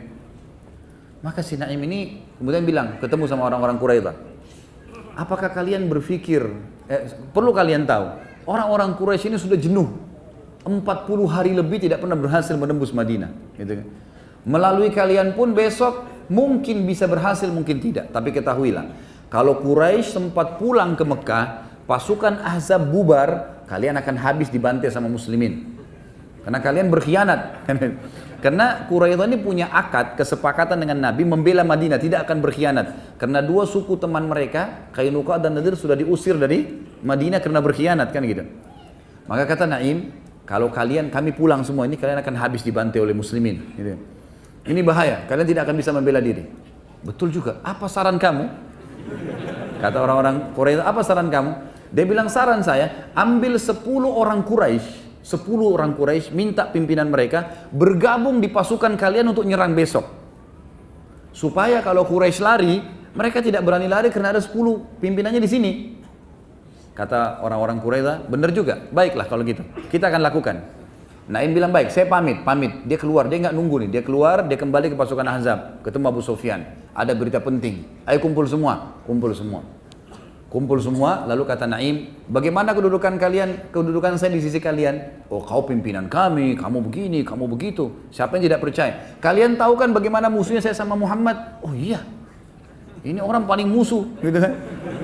Keluar dari Mekah mau berperang, baiklah, saya akan bawa berita gembira. Ketahuilah, Quraidah telah berkhianat. Mereka mau memperbaharui akadnya dengan Muhammad. Karena mereka takut kalau kalian pergi, mereka akan dibantai. Sebagai bukti, mereka sebentar lagi akan datang meminta dari kalian 10 orang pimpinan kalian yang ikut dengan mereka, yang untuk mereka jadikan tumbal, serahkan ke kaum muslimin, kan? Maka Abu Sufyan jeli. Abu Sufyan bilang begini, sebentar dulu Naim, saya akan ke Quraidah, pastikan. Dia jeli, dia nggak mau langsung percaya. Baiklah, kata Naim, silahkan. Pergilah ke sana, pamit, ketemu. Begitu ketemu, Si Quraidah sudah terpengaruh dengan perkataan Naim, Abu Sufyan juga sudah terpengaruh, cuma ini mempertemukan saya. Dengan hikmah Allah, si Abu Sufyan bilang, besok kita akan nyerang ya, ingat pintu gerbang kalian jangan ditahan. Kita udah akan kirim pasukan masuk ke sini, kami juga dari parit gitu kan. Orang-orang Quraidah bilang, sebentar dulu, kalau kami dari dalam benteng kami gampang, kami mudah tinggal keluar buka benteng bisa nyerang. Tapi harus ada dari pasukan kalian yang ikut. Kirimlah kepada kami 10 orang pimpinan kalian. Yang bergabung di sini, gitu kan. Abu Sufyan bilang, berarti Naim benar nih. Kembali dia, Abu Sufyan kembali. Malam ini bubar. Pulang semua, gitu kan. Nggak ada peperangan besok. Quraisy sudah berkhianat, berarti kita cuma lewat parit, gitu kan. Lewat sana nggak bisa, padahal ini memang jembatan langsung masuk ke dalam Madinah kan. Waktu itu pun akhirnya berkumpul dan semua orang sudah bicara, pulang, orang semua berbulan. Ternyata memang orang-orang Quraisy ini sudah sumpah. 45 hari menghubungkan, pada saat Abu Sufyan bilang bubar semua, semuanya bubar, gitu kan. Waktu mereka lagi kemas-kemas, Allah datangkan badai angin yang kencang, sangat dingin, membongkar semua kemah-kemah mereka, hewan-hewan mereka terbongkar, gitu kan. Akhirnya terbongkarlah, mereka pulang semuanya. Waktu mereka pulang, mereka balik semuanya, maka Quraidah pun akhirnya terpengaruh dengan perkataan tadi, kayaknya betul nih. Kita akhirnya sekarang sudah menghadapi muslimin, gitu kan. Keputusannya ada sebentar. Nah, keputusan Quraidah ada di tangan Sa'ad bin Mu'adz. Kita akan jelaskan sebentar, gitu kan. Tapi akhirnya tidak jadi perang Ahzab dan berawal dari masalah tadi kasus Naim bin Ghatafan yang ditolak oleh Sa'ad bin Mu'adz, kemudian terjadilah kasus Naim bin Mas'ud radhiyallahu anhu ajma'in. Baik. Ini yang disebutkan dalam buku kita, tapi sebagian besar kisahnya saya tambahkan supaya lebih jelas. Kemudian juga ada peran yang sangat besar dalam mengambil keputusan untuk suku Quraidah tadi. Suku Quraidah ini teman-teman sekalian, waktu Ahzab sudah bubar semua, sudah selesai peperangan. Mereka punya 700 personil perang. Ini semua prajurit pilihan, 700 orang. Jumlah orang yang ada di benteng itu tidak kurang dari 3.000-4.000 orang. Termasuk perempuan dan anak-anaknya. Maka 700 orang ini memang pasukan khususnya. Perlu diketahui teman-teman sekalian, suku Quraidah sempat berkhianat sebelumnya. Bagaimana khianatnya? Mereka punya akad dengan Nabi SAW. Waktu suku Qainuqa dan Nadir diusir dari Madinah, maka mereka tulis akad, mereka tidak akan ikut-ikutan lagi, mereka tidak akan memerangi muslimin, mereka tidak akan berkhianat, mereka tidak akan membiarkan pasukan musuh masuk dan seterusnya. Sempat Nabi SAW curiga dengan suku Quraidah sebelum terjadi tadi masuk Islamnya Naim. Kita review kembali kisahnya. Maka sempat Nabi SAW curiga dengan suku Quraidah. Ini ada apa Quraidah nih? Diutuslah Sa'ad bin Mu'adz dengan Sa'ad bin Ubadah. Dua orang tadi yang memang berhadapan dengan Ghatafan, gitu kan? Suku Ghatafan pergi ke sana. Waktu mereka tiba di depan benteng, ternyata di dalam benteng ini ada kepala suku Qainuqa dan Nadir, tepatnya suku Nadir, namanya Huyai bin Akhtab. Ini siapa ini? Ini sebenarnya mertuanya Nabi ya, karena anaknya dinikahi oleh Nabi SAW, Sofia. Tapi dia meninggal di perang, dia meninggal dalam keadaan kafir di peperang pada saat Nabi SAW menyerang Khaybar. Dia waktu itu datang ke suku Quraidah lalu dia bilang, "Hai Quraidah, buka pintumu," gitu kan. Kepala sukunya nggak mau buka, enggak, jangan dimasuk, jangan dengar apapun kalimat dari orang ini. Dia telah berkhianat dari Muhammad, nanti kita juga diajak berkhianat. Tapi akhirnya tetap aja dia negosiasi, saya cuma mau masuk, dengarkan, kalau baik kau ambil, kalau enggak usah. Gitu. Baiklah, dibukain pintu gerbang, lalu kemudian dia terus memotivasi, si orang ini memotivasi kepala suku Quraidah, ayo untuk apa kamu tidak berkhianat? Ini saya sudah bawa 10.000 orang pasukan. Pasukan Muhammad aja, pasukan Madinah waktu itu yang siap perang, mungkin sekitar kalau dikumpul semua 5.000 orang lah. Gitu kan. Ini Ahzab double, ini pasti menang, kita sudah menang. Maka harus kamu berkhianat. Berkhianatlah mereka. Proses khianatnya adalah pada malam itu mereka merobek kesepakatan dengan Nabi SAW, lalu mereka menancapkan dengan pisau di ujung bentengnya. Jadi orang muslimin kalau lewat lihat, oh itu kesepakatan sudah dirobek. Kesannya begitulah. Pada malam itu karena lagi baru ditancapin, mereka belum diiklankan ke muslimin. Ada di antara mereka mungkin sekitar 10 orang pasukan-pasukan spesialnya khususnya gitu, prajurit khususnya yang ahli dalam menjati benteng segala, mereka bilang begini aja, di sebelah benteng kita, benteng Quraidah di sebelahnya ada satu benteng ini yang ditaruh seluruh wanita muslimin, seluruh harta muslimin, anak-anak kecil, orang tua, semua di situ ditaruh. Jadi kalau pasukan kalah, ini masih ada benteng untuk berlindung gitu. Kita naik ke atas benteng, kemudian kita cek di situ. Naiklah, kelilinglah mereka 10 orang ini. Tante Nabi SAW bernama Sofia radhiyallahu anha, ibunya Zubair bin Awam, gitu kan? Yang Zubair bin Awam sangat luar biasa keberanian, ini dibina oleh Sofia. Sofia bilang kepada Hasan bin Thabit, penyairnya Nabi, umurnya sudah 80 tahun sekian waktu itu. Hai Hasan, ini beberapa orang itu mata-mata Yahudi, semuanya mahir berperang, lawanlah dia. Kata Hasan, saya orang tua dan saya penyair, saya tidak bisa perang, gitu kan? Maka Sofia pun memakai baju perang laki-laki, kemudian beliau berdiri di dekat benteng, melihat jadi kalau benteng itu tinggi zaman dulu kan di atas ada tempat untuk naiknya. Dia sembunyi di situ. Maka naiklah, ada satu orang dari 10 orang Yahudi ini naik memantau dulu. Begitu naik, oleh Sofia sudah disiapin satu besi bendera ya yang biasa dipakai untuk pasang bendera. Kemudian juga dia memegang satu pisau kecil ya. Kemudian pada saat prajurit Yahudi ini naik, dipukul kepalanya dengan besi itu, lalu kemudian oleh Sofia dipotong lehernya, gitu kan. Jadi luar biasa, dia langsung memotong leher orang Yahudi ini. Tentu keadaannya bukan kayak sekarang ya, kita nggak bisa bayangkan, posisi pada saat itu luar biasa. Wanita pun mungkin yang tidak berani jadi berani, karena ini kalau 10 orang berhasil masuk dan memberitahukan kepada Quraidah, maka satu benteng ini diambil, perempuan-perempuannya segala, muslimat, dan akhirnya mengganggu konsentrasi Nabi dan sahabat yang lagi melawan di depan parit gitu ya. Maka diambil, kemudian Sofia naik ke ujung benteng, mengangkat kepalanya, kepala Yahudi tadi itu, mengangkat kepalanya yang dipotong itu, diangkat, kemudian dilempar ke bawah. Begitu orang-orang Yahudi yang 9 orang lihat kepala temannya terputus gitu kan, maka mereka bilang, kayaknya benteng ini penuh dengan prajurit gitu. Padahal tidak ada orang, tidak ada perempuan, tidak ada laki-laki, maksudnya orang-orang tua, nggak ada prajurit. Akhirnya mereka tidak jadi menyerang benteng pada malam itu. Itu hikmah ilahi, perannya Sofia radhiyallahu anha bagaimana bisa menahan itu. Yang jelas teman-teman sekalian, keesokan paginya, orang-orang Yahudi sudah mau membuka benteng dan seterusnya. Datanglah Sa'ad bin Mu'adz dan Sa'ad bin Ubadah diutus oleh Nabi SAW, coba lihat keadaannya suku Quraidah. Ada pengkhianatan enggak? Begitu mereka mendekat, dekat benteng, lalu berteriak, hai Quraidah, sekutu kami. Memang sekutunya orang-orang Ansar ya, terutama bersekutu sama Khazraj di pertanian, di perkebunan, sekutu dengan Aus di militernya, gitu kan. Baik, kata Sa'ad bin Mu'adz, hai Quraidah, sekutu kami, bukalah pintu gerbang kalian. Maka tiba-tiba dari atas prajurit biasa ya, bukan pimpinan suku, teriak-teriak, kalian mau apa? Enggak ada urusan sama kami, urusan kalian sama kami hanya pedang, kami akan berperang melawan kalian dan seterusnya. Kata Sa'ad bin Ubadah, hai Quraidah, berkhianatkah? Gitu kan? Maka kami akan menyerang kalian, kami akan mencaci maki kalian, kami akan gini dan seterusnya. Kata mereka, kami bukan cuma berkhianat, kami akan merebut seluruh harta-harta kalian. Kata orang-orang Quraidah. Lalu kata Sa'ad bin Mu'adz, memegang tangan Sa'ad bin Ubadah, tidak usah dibalas, udahlah, kita sudah tahu keputusannya, tunggu saja, Allah akan datangkan keputusan yang tepat buat mereka.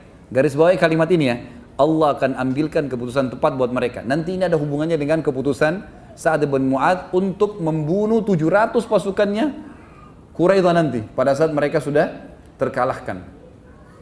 Maka kembalilah keduanya. Setelah kembali, tentu kembalilah kepada kisah Naim tadi, terjadi semuanya pembebasan, pasukan Ahzab bubar segalanya. Sekarang tinggal masalah kasus Quraidah. Nabi SAW pun langsung pada saat pulang ke rumah beliau SAW setelah Ahzab bubar semua di pagi hari, di waktu duha, semuanya kelihatan dari tepi parit, ternyata sudah bubar semuanya, tidak lagi Ahzab, tidak ada pasukan, kemah mereka hancur semua, kendi-kendi mereka pecah. Dia pasukan sudah nggak ada. Maka Nabi SAW pulang ke rumah. Dalam riwayat Bukhari dikatakan Nabi SAW kemudian mandi. Ya. Kemudian terdengarlah suara Dihyal Kalbi radhiyallahu anhu yang mengetuk rumah Nabi SAW. Ada dua riwayat. Riwayat yang pertama, Dihyal Kalbi mengatakan waktu Aisyah buka pintu, wahai Aisyah, di mana Rasulullah? Kata beliau, Rasulullah SAW lagi membersihkan tubuhnya. Karena sudah berhari-hari menghadapi peperangan, beliau pun membersihkan tubuhnya.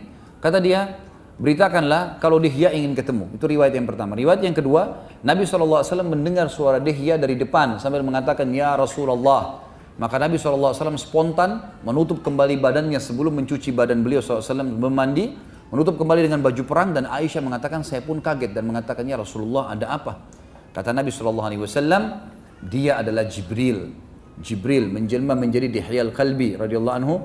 Kemudian waktu dibuka pintu kata Jibril alaihissalam yang menjelma, hai Muhammad, apakah kalian sudah membuka baju-baju perang kalian? Sementara kami para malaikat belum membuka baju-baju kami sampai kami tiba di sana, ditunjuk bentengnya Quraidah, gitu kan?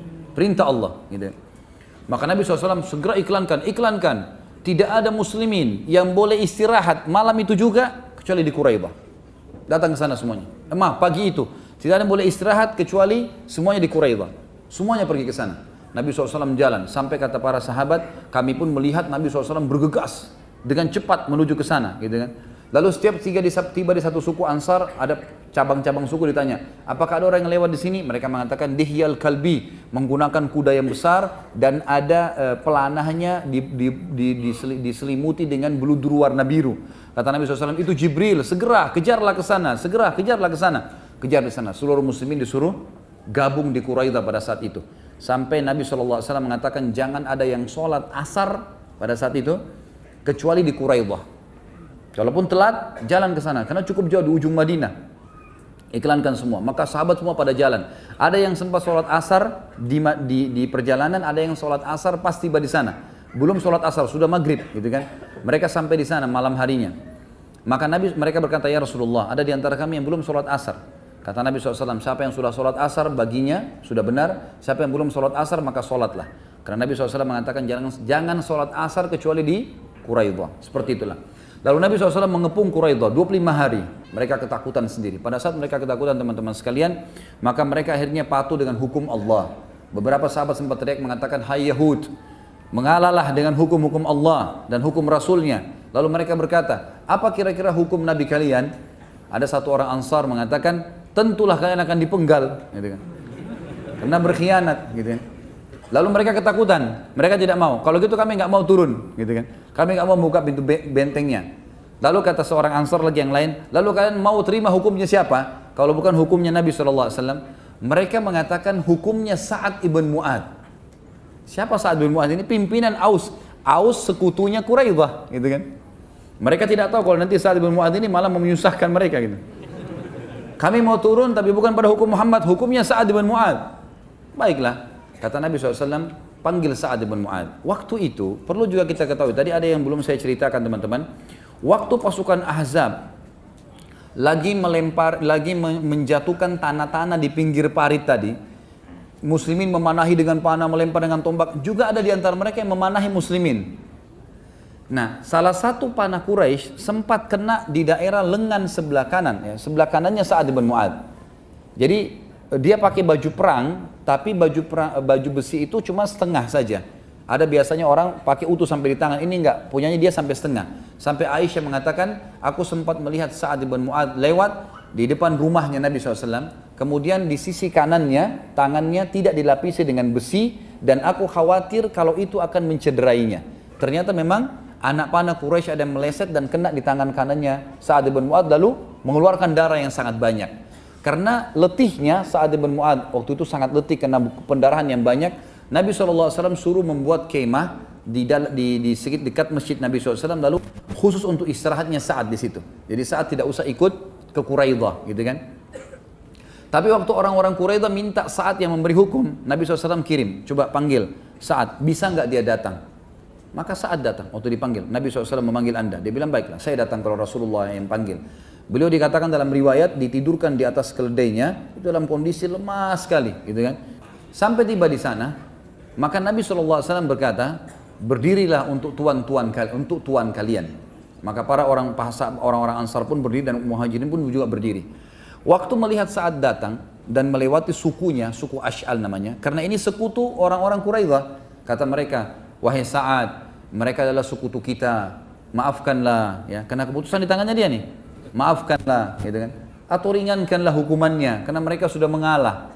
Maka kata Sa'ad pada saat itu tidak bicara apa-apa, beliau tetap jalan sampai tiba di hadapan Nabi SAW dan semua depan kaumnya. Lalu dia mengucapkan kalimat, nanti terakhir baru difahamin. Dia mengatakan, telah tiba saatnya untuk Sa'ad tidak peduli lagi terhadap perkataan orang dalam keputusannya untuk meridhokan Allah. Ini keputusan. Orang belum paham kalimatnya dia nih. Dia ulangi lagi. Sudah tiba saatnya Sa'ad akan tidak mempedulikan perkataan orang dalam mengambil keputusan yang membuat ridho Allah. Sampai 3 kali. Baiklah. Lalu kata Nabi SAW, wahai Sa'ad, sesungguhnya mereka ingin turun terhadap di atas hukummu. Hakimilah mereka. Sa'ad karena adabnya dengan Nabi SAW, dia mengatakan, ya Rasulullah, Anda lebih pantas mengambil sebuah keputusan. Lalu kata Nabi SAW, tidak hai Sa'ad. Untuk saat ini, Allah memerintahkan kamu. Perintah dari langit sekarang, kamu yang disuruh ambil keputusan. Lalu Sa'ad melihat ke sukunya, mayoritas pasukan orang-orang Ansar. Sekarang yang jadi masalah dalam kotanya. Gitu kan?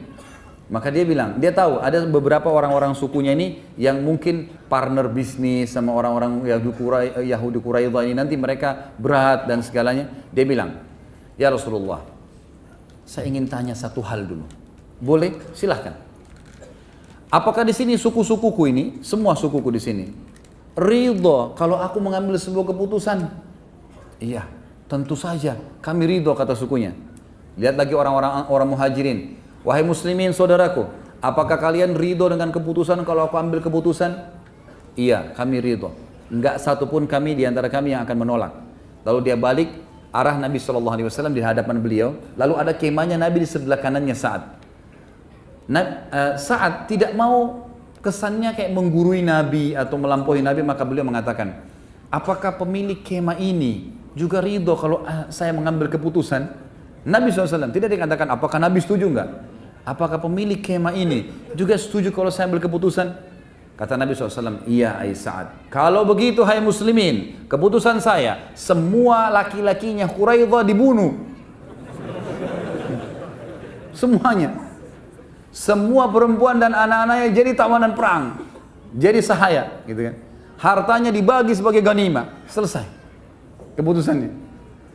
Maka Nabi SAW tutup takbir, Allahu Akbar, kau telah berhukum dengan hukumnya Allah dari langit ke-7.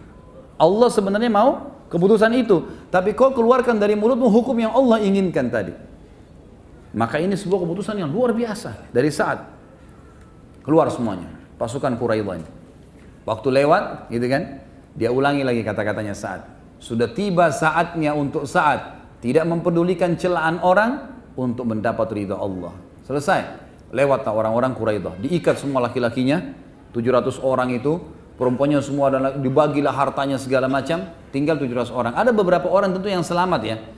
Ada di kajian sirah saya sempat sampaikan itu, ada, saya lupa sekarang namanya, ada satu orang yang pada saat dia lagi dipegang oleh muslimin, dia lihat ada satu ibu muslimah lewat dan dia kenal, dia sering transaksi jual beli sama ibu itu.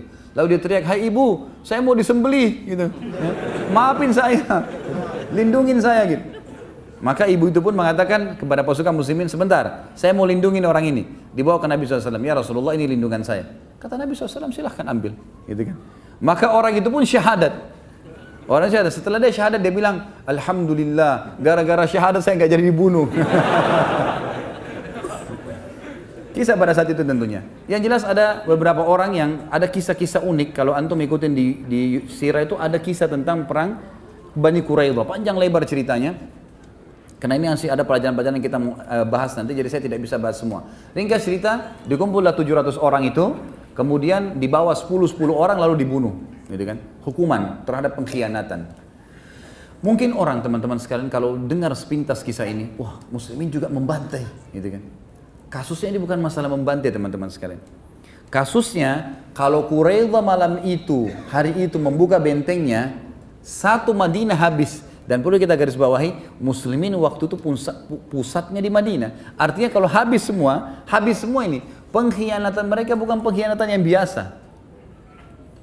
Itu yang pertama. Yang kedua, pada saat lagi mau diajak negosiasi oleh Sa'ad bin Mu'ad dan Sa'ad bin Ubadah, mereka malah sengaja menancapkan kesepakatan yang disobek, ditempelin pakai pisau di temboknya. Kan? Kemudian mereka menantang Sa'ad bin Mu'ad dan Sa'ad bin Ubadah. Lebih-lebih lagi yang mereka tantang Sa'ad bin Mu'ad. Yang akhirnya mereka tidak sadar, mereka mengatakan kami mau berhukum dengan Sa'ad. Akhirnya Sa'ad ambil keputusan itu, gitu kan. Dan ada yang unik teman-teman, waktu mereka mau dibunuh, proses pembunuhan sebenarnya Nabi SAW membuka peluang. Siapa yang mau se-Islam silahkan. Atau yang mau mengalah silahkan.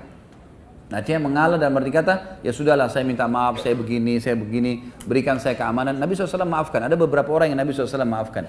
Tapi yang memang membangkang, nggak mau. Mereka anggap mereka mati syahid. Orang-orang Yahudi ini anggap kalau dibunuh oleh muslimin mati syahid masuk surga, gitu kan? Sampai ada di antara mereka waktu itu Nabi ada satu sahabat melindungi satu orang. Sinilah saya lindungi kamu. Dia bilang baik, terima kasih. Istri anak saya lindungi, harta saya lindungi. Ya Rasulullah, ini lindungan saya. Karena dalam peperangan kan istijar namanya.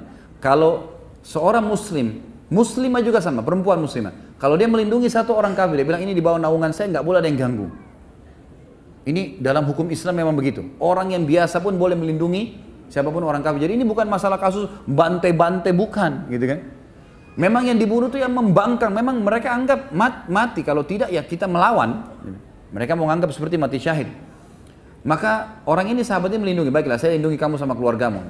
Sudah pas dilindungin, dia tanya, bagaimana dengan teman saya si Fulan, ada temannya. Temannya ini terkenal dia yang merobek surat kesepakatan akad dengan Nabi SAW.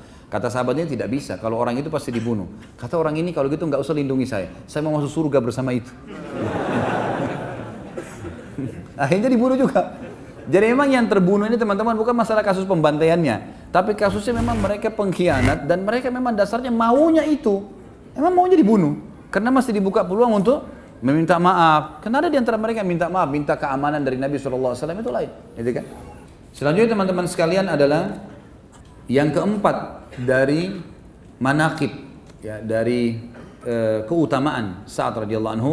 Setelah tadi yang pertama hadis Nabi SAW bahwasanya arsy-Nya Allah goncang dan seterusnya, kemudian perkataan yang mulia di perang Badar sehingga terjadi peperangan Badar mendukung, kemudian yang ketiga tadi adalah kejadian Ghatafan dan juga kejadian Quraidah. Ini sebenarnya kita bisa jadikan poin-poin sendiri ya, tapi saya masukkan saja. Kemudian poin yang keempat adalah bagaimana kemuliaan diri dan yang sifatnya abadi dan kemuliaan yang dikenang oleh kaum muslimin pada saat mati karena bergeraknya arsy Allah. Ini kita lihat dan juga dipikulnya jenazahnya oleh para malaikat. Ini ada kisahnya di halaman 145 sampai 148. Saya akan bacakan riwayatnya teman-teman sekalian. Nabi SAW di sini dikatakan oleh penulis pada saat melihat jenazah Sa'ad, dia berkata, Nabi SAW bersabda, jazakallahu khairan min sayyidil kaum faqad anjazta ma wa'adtahu wa la yunjizannakallahu ma wa'adaka. Sekali kau ambil keputusan maka mereka semua patuh. Engkau telah menunaikan apa yang telah engkau janjikan, niscaya Allah akan menunaikan apa yang dia janjikan kepadamu. Kemudian Nabi SAW juga bersabda dalam hadis yang diriwayatkan oleh Imam Bukhari Muslim, ihtazza arsyur rahman li mauti Sa'ad bin Mu'ad. Arsy-Nya Ar-Rahman bergoncang karena kematian Sa'ad bin Mu'ad.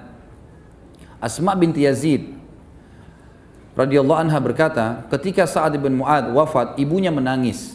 Maka Nabi SAW bersabda, ala yarka'u dam'uki wa yadhhabu huznuki fa inna ibniki awwalu man dahikallahu lah wahtazza lahul arsh. Mengapa air matamu tidak berhenti dalam kesedihan wahai ibunya Sa'ad? Sementara anakmu adalah orang yang paling pertama Allah tersenyum padanya, ya. Dan juga arsy-Nya Allah bergoncang karena meninggalnya. Al-Haythami menyebutkan dalam Majma' dan juga At-Tabarani dan rawi-rawinya semuanya sahih, dan Al-Hakim juga Al-Dhahabi mensahihkannya. Ulama lain juga berkata yang dimaksud dengan bergoncang arsy-Nya Allah adalah bergoncangnya para pemikulnya dari kalangan malaikat dan malaikat-malaikat lain. Di sini mudhaf atau kata yang disandarkan tidak disebutkan yaitu malaikat pemikul arsy, tetapi memang ini pendapat di antara ulama yang mengatakan. Yang lain juga berkata yang dimaksud dengan bergoncang sini adalah kebahagiaan dan penerimaan, di antaranya perkataan orang-orang Arab yang berkata fulanun yahtazzu lil makarimi. Fulan bergerak karena kemuliaannya.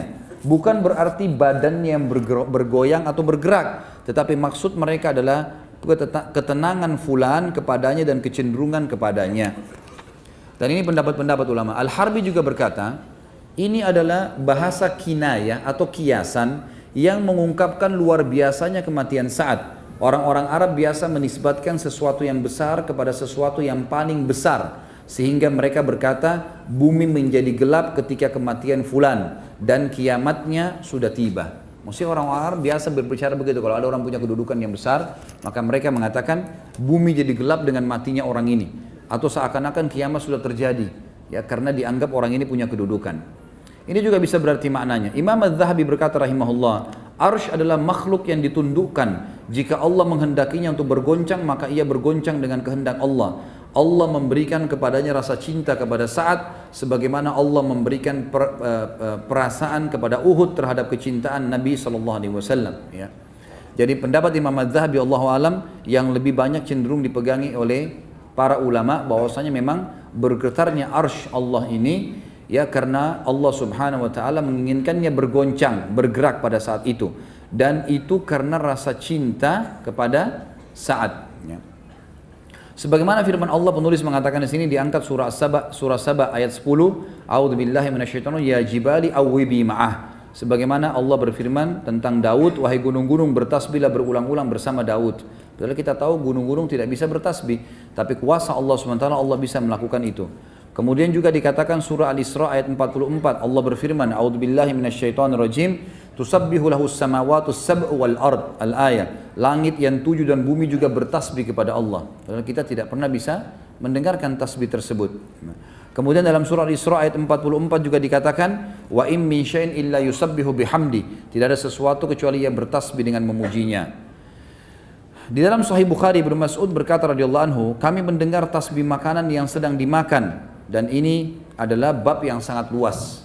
Dalam arti kata teman-teman sekalian, kita hanya mau menekankan bahwasanya memang kalimat daripada bergetar arsy-Nya Allah ini tidak ada satupun perkataan di sini dari para ulama yang mengatakan Allahnya yang bergetar, gitu kan? Karena tidak mungkin kita mengucapkan kalimat ini, tidak santun kepada Allah SWT. Tapi arsy adalah ciptaan Allah.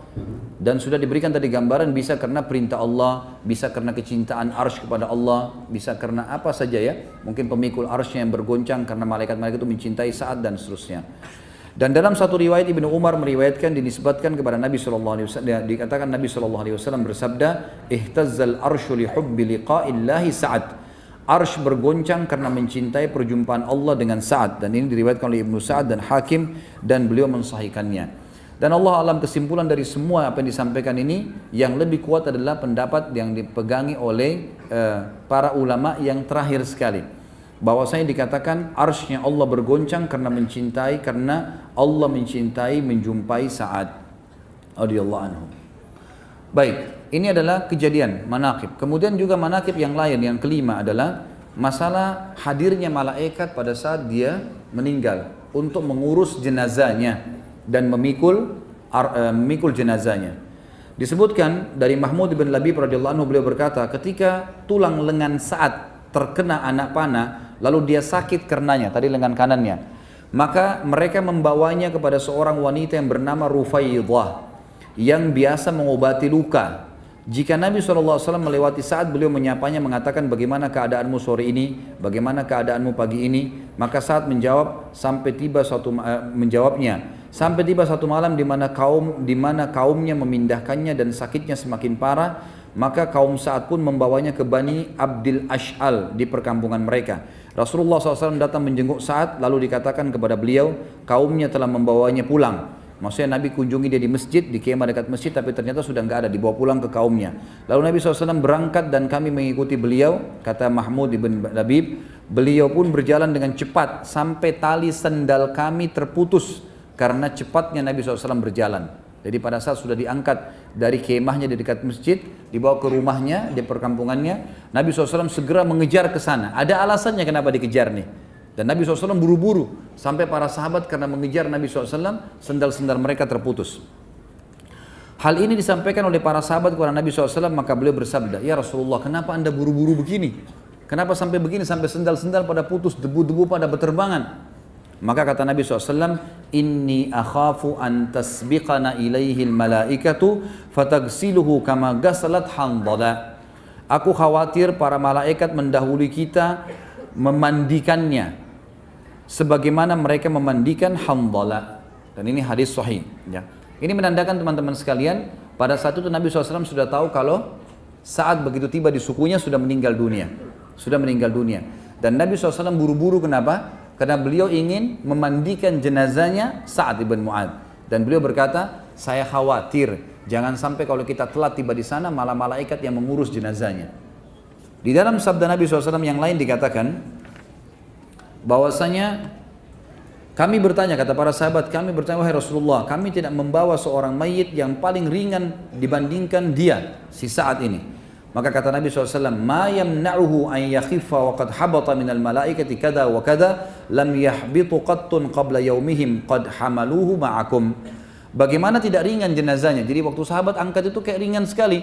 Sebagian athar menyebutkan seperti jenazah itu kalau mau dipindahkan ke tangan yang lain seperti sebuah kapas, ya, yang sangat ringan sehingga mudah pindah di pundak-pundak para sahabat. Mereka bertanya, Rasulullah, kami belum pernah mengangkat jenazah. Bagaimana kalau jenazah kemudian seperti kapas, sangat ringan, gitu kan? Seperti ini, kata Nabi SAW, bagaimana tidak ringan, sedangkan para malaikat dengan jumlah sekian dan sekian telah turun. Mereka tidak turun sebelum hari ini, mereka memikul Sa'ad bersama kalian. Dan ini bisa dilihat pun nomor 16, riwayatkan Ibnu Sa'd dan dihasankan oleh Arnaut, ya, dalam Asy-Syiar. Ada riwayat lain menyebutkan juga bahwasanya Nabi SAW bersabda, Hadal abdus salih alladhi taharraka lahul arsh wa futihat abwabus sama wa syahidahu sab'una alfan minal malaika lam yanzilu ilal ardi qabla dhalik laqad damma dammatan thumma ufrija anhu. Ya, ini diriwayatkan oleh An-Nasa'i dalam Kitabul Janaiz dan juga disahihkan oleh Albani dalam Sahihul Jami'. Kata Nabi SAW waktu nunjuk jenazahnya Sa'ad, ini adalah hamba saleh di mana arsh bergetar karenanya. Pintu-pintu langit dibuka untuk menerima ruhnya. 70.000 malaikat menghadiri jenazahnya. Mereka tidak turun ke bumi sebelum ini. Kuburnya menghimpit lalu dilapangkan untuknya. Jadi ini menandakan memang hadirnya 70.000 malaikat yang mengurus jenazah Sa'ad radhiyallahu anhu. Tadi ada riwayat, jadi disebutkan tentu Handalah. Kalau teman-teman masih ingat riwayat Handalah kan, di salah satu peperangan Handalah ini baru menikah, kemudian dia menikah malam hari, dia belum berhubungan biologis sama pasangannya kecuali habis subuh. Habis sholat subuh di masjid bersama Nabi SAW, kemudian dia pun kembali dan menggauli istrinya, ya layaknya suami istri.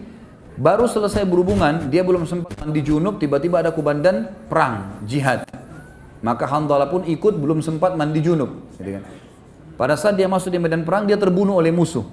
Lalu Nabi SAW pada saat melihat jenazah Handalah lalu sempat mengalihkan wajah beliau.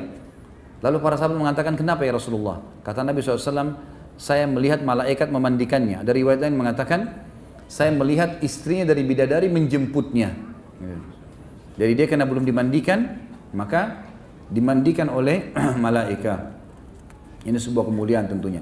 Disebutkan tentang Sa'ad radhiyallahu anhu, dan beliau adalah pimpinan kita, ya, salah satu pimpinan sahabat ridwanullahi alaihim yang mulia. Allah SAW, laqad tadayaqa ala hadzal abdis salih qabruhu hatta farrajahu Allahu an.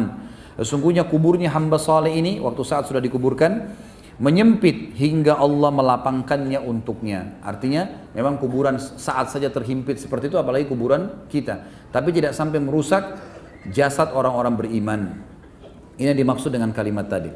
Imam Az-Zahabi coba menukil kepada kita tentang masalah sempitnya kuburan Sa'ad di sini bukan termasuk azab kubur, sama sekali bukan. Tapi ia adalah sesuatu yang dirasakan oleh seorang mukmin sebagaimana dia merasakan sakitnya kehilangan anak dan kawan akrabnya di dunia, sebagaimana dia merasakan rasa sakit dari penyakitnya, rasa sakit ketika ruhnya keluar dari jasadnya, rasa sakit ketika dia diuji dan ditanya dalam kuburan, rasa sakit karena tangisan keluarganya atasnya, rasa sakit pada saat dia bangkit dari kuburnya, rasa sakit pada saat dia keluar berdiri menyaksikan ketakutan di padang mahsyar, rasa sakit ketika melewati api neraka dan sepertinya. Maksudnya tidak harus sakit fisik, ya. Jadi sini dimaksud himpitan adalah bukan azab kubur, tetapi sesuatu yang dirasakan oleh seorang mukmin yang alami, sebagaimana dia rasakan banyak hal-hal dalam kehidupan dia. Ini bukan berarti sudah ada siksaan karena peringatan dari Allah, sama dengan kasus tadi Sa'ad. Bukan berarti dikatakan kuburannya menghimpit berarti dia akan berarti siksaan kubur, tidak. Tapi dia adalah sebuah peringatan bahwasanya semua orang akan dihimpit oleh kuburannya, tapi orang mukmin tidak akan sampai rusak jasadnya. Surah Al-Mu'min juga ayat 18 berbunyi a'udzubillahi minasyaitonirrajim wa anzirhum yaumal azifati idil qulubu ladal hanajir al-ayah. Berilah mereka peringatan hai Muhammad dengan hari yang dekat, ketika itu hari menyesak, hati menyesak sampai di kerongkongan. Apakah ini maknanya hatinya seseorang naik sampai ke kerongkongannya? Jawabannya tidak. Tetapi yang dimaksud adalah peringatan tentang susahnya pada hari itu sampai seakan-akan hati seseorang mendesak sampai ke kerongkongannya. Tentu di sini ada peringatan-peringatan dari penulis, diantaranya beliau mengatakan mungkin Anda mengira bahwa orang yang beruntung tidak akan mengalami ketakutan di dua alam, dunia dan akhirat, dan tidak mengalami kecemasan dan kekhawatiran. Maka itu tidak benar. Tapi orang mukmin bisa merasakan kecemasan dan kekhawatiran. Khawatir nanti jangan sampai dia disiksa sama Allah, khawatir jangan sampai amalnya belum diterima. Itu adalah sesuatu yang positif. Makanya ahli sunnah wal jamaah sepakat kita menyembah Allah dalam keadaan antara khauf dan raja, antara takut, khawatir dengan azabnya Allah, khawatir amal-amalnya masih kurang pahalanya, dan juga raja berharap rahmatnya Allah subhanahu wa ta'ala. Sebagai penutup dalam poin manaqib ini teman-teman sekalian adalah bagaimana meninggalnya tokoh kita Sa'ad radhiyallahu anhu. Ada sebuah riwayat menjelaskan kepada kita, atau dua buah riwayat. Yang pertama diriwayatkan oleh Imam Muslim dari Al-Bara' ibn Azib radhiyallahu anhu, bahwasanya Rasulullah SAW pernah diberi hadiah sebuah jubah dari sutra, maka para sahabat merabahnya dan sangat lembut karena sutra yang sangat mahal, gitu kan. Walaupun Nabi SAW tidak memakai itu karena sutra tidak boleh dipakai bagi laki-laki. Tapi para sahabat kagum melihat karena hadiah itu sangat mewah, ditaruh di sebuah tempat yang mewah. Mereka kagum pada kelembutannya. Maka Nabi SAW bersabda, "Atajabuna min lini hadhihi lamanadilu Sa'd bin Mu'adz fil jannati khairum minha wa alyan." Apakah kalian kagum dengan kelembutan sutra ini? Sapu tangannya Sa'd bin Mu'adz di surga lebih baik dan lebih lembut daripada ini. Padahal Sa'd bin Mu'adz sudah lama meninggal. Ini kejadian sudah lama, beberapa tahun kemudian barulah Nabi SAW mendapatkan hadiah sutra. Maka Nabi masih menyebutkan sapu tangannya Sa'ad, dan sapu tangan sesuatu yang paling sederhana bagi dalam pakaian seseorang. Dia hanya dipakai untuk membersihkan keringat, membersihkan kotoran hidung, kan gitu. Dia sesuatu bukan yang dipamer atau diperlihatkan. Maka kalau itu saja di surga lebih baik daripada sutra di dunia. Dan ini menandakan kelebihan bagi Sa'ad. Dalam riwayat yang lain dikatakan Nabi SAW diberi hadiah sebuah jubah dari sutra. Beliau tidak membolehkan sutra bagi laki-laki dan beliau pun tentu tidak memakainya. Lalu orang-orang takjub kepada sutra itu. Maka Nabi SAW bersabda, "Walladzi nafsu Muhammadun biyadi, inna manazil Sa'd bin Mu'adz fil jannah ahsanu min hadza." Demi zat yang jiwa Muhammad dalam tangannya atau genggamannya, sungguh sapu tangannya Sa'd bin Mu'adz di surga lebih baik daripada ini. Hadis sahih riwayat Imam Muslim. Imam Nawawi rahimahullah berkata dalam Sahih Muslim, para ulama berkata bahwa hadis ini merupakan isyarat kepada kedudukan Sa'ad yang agung di surga. Sesungguhnya pakaiannya yang paling rendah sekalipun di sana di surga lebih baik daripada itu. Sapu tangan adalah sesuatu yang paling remeh karena digunakan untuk mengelap yang kotor dan biasanya diremehkan. Maka selainnya lebih baik. Hadis ini juga menunjukkan surga, menetapkan surga bagi Sa'ad. Artinya dijamin Sa'ad mati syahid dan masuk ke dalam surga.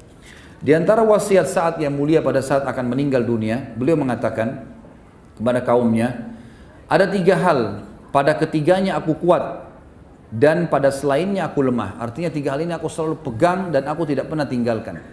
Yang pertama, aku tidak pernah melakukan satu solat sejak aku masuk Islam, lalu aku berbicara kepada diriku sendiri sampai aku menyelesaikannya. Faham maksudnya ya? Artinya selama aku masuk Islam, semenjak pertama kali aku sholat sampai sekarang aku mau meninggal, belum pernah aku bicara dengan diriku sendiri. Artinya konsentrasi, khusyuk, full dengan bacaan, gerakan dan bacaan semuanya full sampai aku menyelesaikannya. Tidak pernah satu kali pun mengkhayal, berpikir kemana-mana. Itu yang dilakukan oleh Sa'ad radhiyallahu anhu, dan ini kesaksian beliau untuk dirinya. Yang kedua, aku tidak mengantarkan jenazah lalu aku berbicara kepada diriku dengan selain yang dikatakan oleh jenazah itu atau dikatakan kepadanya sampai ia dikuburkan. Maksudnya, sebelum jenazah meninggal, yang dia ucapkan agar masuk surga apa? La ilaha illallah, gitu kan? Jadi kata Sa'ad, kalau saya ngantar jenazah, lisan saya tidak pernah berhenti mengucapkan kalimat yang diucapkan oleh jenazah ini sebelum mati. la ilaha illallah, kan? Dikatakan itu jenazah ini, atau yang dikatakan kepadanya sampai dikuburkan. Maksudnya orang-orang menyebutkan kebaikan. Kan diantara sunnah Nabi SAW, kalau ada jenazah lewat kita harus mengucapkan kebaikan. Karena dalam riwayat Bukhari Muslim pernah ada jenazah lewat, lalu para sahabat mengatakan, orang ini begini dan begitu, disebutkan keburukannya. Kata Nabi SAW, wajabat, ini jadi terjadi loh. Jangan kalian ucapkan itu karena kalian adalah saksi-saksi Allah di muka bumi. Lalu lewat orang yang satu, dipuji-puji kebaikannya, si fulan ini begini, begitu, dipuji-puji. Kata Nabi SAW, wajabat, terjadi. Sungguhnya kalian adalah saksi-saksi Allah di muka bumi. Jadi kalau ada jenazah lewat, kita dianjurkan untuk menyebutkan kebaikan, gitu kan? Walaupun ada kekurangan orang itu, apa yang baik yang kita tahu, kita sebutin kebaikannya. Karena kata Nabi SAW, udhkuru mahasina mautakum. Sebutkanlah kebaikan-kebaikan jenazah kalian. Maka saat memiliki satu kata kunci, selain kalau sholat selalu konsentrasi, dari takbir, lisannya, gerakannya, semua ucapan dan gerakannya semua sempurna. Nggak ada satu kali pun mengkhayal sampai dia menyelesaikannya. Nggak pernah berbicara dengan dirinya sendiri, nggak pernah bisa digoda oleh syaitan. Yang kedua, kalau ngantar jenazah nggak pernah ngomong sama siapapun. Selalu mengucapkan, mengulangi kalimat la ilaha illallah itu sendiri buat dirinya, atau mengucapkan pujian buat si jenazah. Yang ketiga, aku tidak mendengar Rasulullah SAW bersabda kecuali aku mengetahui bahwasanya itu benar dan aku jadikan itu sebagai prinsip hidupku. Kata Ibnu Musayyab rahimahullah, salah satu ulama tabi'in, aku tidak mengira sifat-sifat ini terkumpul pada orang kecuali para nabi. Hanya saja Allah Subhanahu wa taala memuliakan saat dengan kalimat-kalimat seperti ini. Baik. Sekarang teman-teman sekalian, kita tutup pertemuan kita dengan pelajaran-pelajaran yang kita ambil dari kehidupan saat. Yang pertama, adanya kemuliaan Islam dan da'i, menjadi da'i. Kenapa kita bahas ini teman-teman sekalian? Karena kita lihat saat yang sangat mulia ini, masuk Islam di tangan siapa tadi? Mus'ab ibn Umair. Siapa ini? Da'inya Nabi SAW. Saya pernah sebutkan di kisah Mus'ab ibn Umair pada beberapa pertemuan yang lalu teman-teman sekalian. Kalau Sa'ad ibn Mu'ad yang sampai arsy-Nya Allah goncang, sampai malaikat hadir di hidupannya, di kematiannya, 70.000 gitu kan. Itu masuk Islam di tangannya Mus'ab. Berarti Mus'ab panen pahalanya enggak? Panen pahalanya. Maka ini sebuah kemuliaan teman-teman bagi da'i. Dan Islam itu sendiri adalah kebenaran sehingga tidak perlu ragu sama sekali untuk menyebarkannya. Dan tugas seorang da'i adalah memahami ilmu yang benar sesuai wahyu Al-Quran dan Sunnah dan menyampaikannya dengan keikhlasan. Selebihnya adalah haknya Allah Subhanahu wa taala. Sebagaimana perilaku Mus'ab bin Umair yang mengatakan kepada Sa'ad bin Mu'adz, hai Sa'ad, duduklah, dengarkanlah. Kalau baik, kamu ambil, cuma sekedar informasi. Kalau buruk, kamu boleh meninggalkan atau kami meninggalkan tempat ini. Dan ini sebuah retorika dakwah yang sangat bijaksana. Kemudian yang kedua teman-teman, dalam berdakwah, kita juga harus menyentuh semua lini. Berdakwah kepada orang awam, masyarakat biasa, tokoh-tokoh masyarakat, pedagang, siapa saja. Jangan dakwanya eksklusif, hanya untuk orang tertentu. Ini pengajian ini nggak boleh orang lain hadir, cuma ini si fulan, nggak bisa.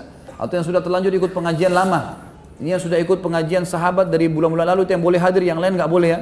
Nah ini nggak bisa, nggak ada eksklusif. Buka silakan untuk siapa saja yang mau datang, gitu kan. Sebarkan itu, karena memang dakwah itu penting untuk siapa saja dan memang untuk siapa saja. Yang ketiga, dakwah dan kebenaran dan tidak boleh ditunda. Seperti kasus Sa'ad bin Mu'adz tadi radhiyallahu anhu. Begitu masuk Islam, pada saat sudah syahadat, langsung dia pulang ke kaumnya, langsung ajak syahadat. Nggak pakai ditunda lagi, gitu kan? Ini penting teman-teman sekalian. Ini sudah sering saya ulangi. Kalau yang hadir di hari Rabu pengajian kita di masjid kita ini, itu selalu saya sampaikan dan saya ingatkan. Kalau antum memiliki teman-teman kantor, kerabat, tetangga, non-muslim, jangan tunda untuk sampaikan Islam. Jangan tunda. Datangin baik-baik, sudah salaman, sudah kenalan, mungkin berikan sedikit hadiah. Kemudian baru kita tawarkan, bagaimana pendapat Bapak? Kalau perempuan mungkin akhwat kita sana, bagaimana pendapat Ibu tentang Islam? Kami muslimin, apa pendapatnya? Tanya. Lagi di pesawat, lagi di kereta api, lagi di bus, ada orang di sebelah kita. Tentu ini saya sarankan sesama jenis. Ya. Kalau lawan jenis nanti malah terbuka fitnah. Kita bicara sama-sama jenis, lalu kemudian tanya. Yang pertanyaan pertama cuma satu, bagaimana pendapat Anda tentang Islam? Gimana pendapatnya selama itu tentang Islam? Biarkan dia menyampaikan semuanya apa yang dia ketahui. Mau buruk, mau baik, dengarin aja. Kalau setelah dia ceritakan buruk dan baiknya, kemudian baru kita menjelaskan apa yang kita ketahui tentang Islam. Tugas kita cuma menyampaikan. Orang semua teman-teman yang masuk Islam itu, kalau kita dengar kisahnya 90% sesuatu yang tidak masuk di akal kita. Karena dengar azan merinding, karena melihat muslimin, karena mendengar qul huwallahu ahad, yang saya rasa antum sudah dengar dari kecil, gitu kan? Tapi ini luar biasa bagaimana mereka bisa masuk Islam, dan ini penting. Dan akhirnya saat memanen pahala seluruh sukunya karena masuk Islam, setelah dia masuk Islam dan menyebarkan dakwah. Yang keempat teman-teman pelajaran adalah perlunya seseorang itu kokoh di atas kebenaran dan Islam, serta sangat yakin dengan janji Allah dan Rasulnya. Teman-teman sekalian, antum hadir di masjid ini yang Masya Allah jumlahnya sampai sekian banyak. Ini jangan dijadikan sebagai, sering saya bilang, jangan cuma testimoni, saya mau tes aja deh dengar ceramah, atau cuma seremoni ngerame-ramein dengan teman-teman saya aja, enggak. Datang ke lakukan sebuah perbuatan teman-teman dengan sebuah target, harus ada target, apa yang saya dapatkan, gitu kan.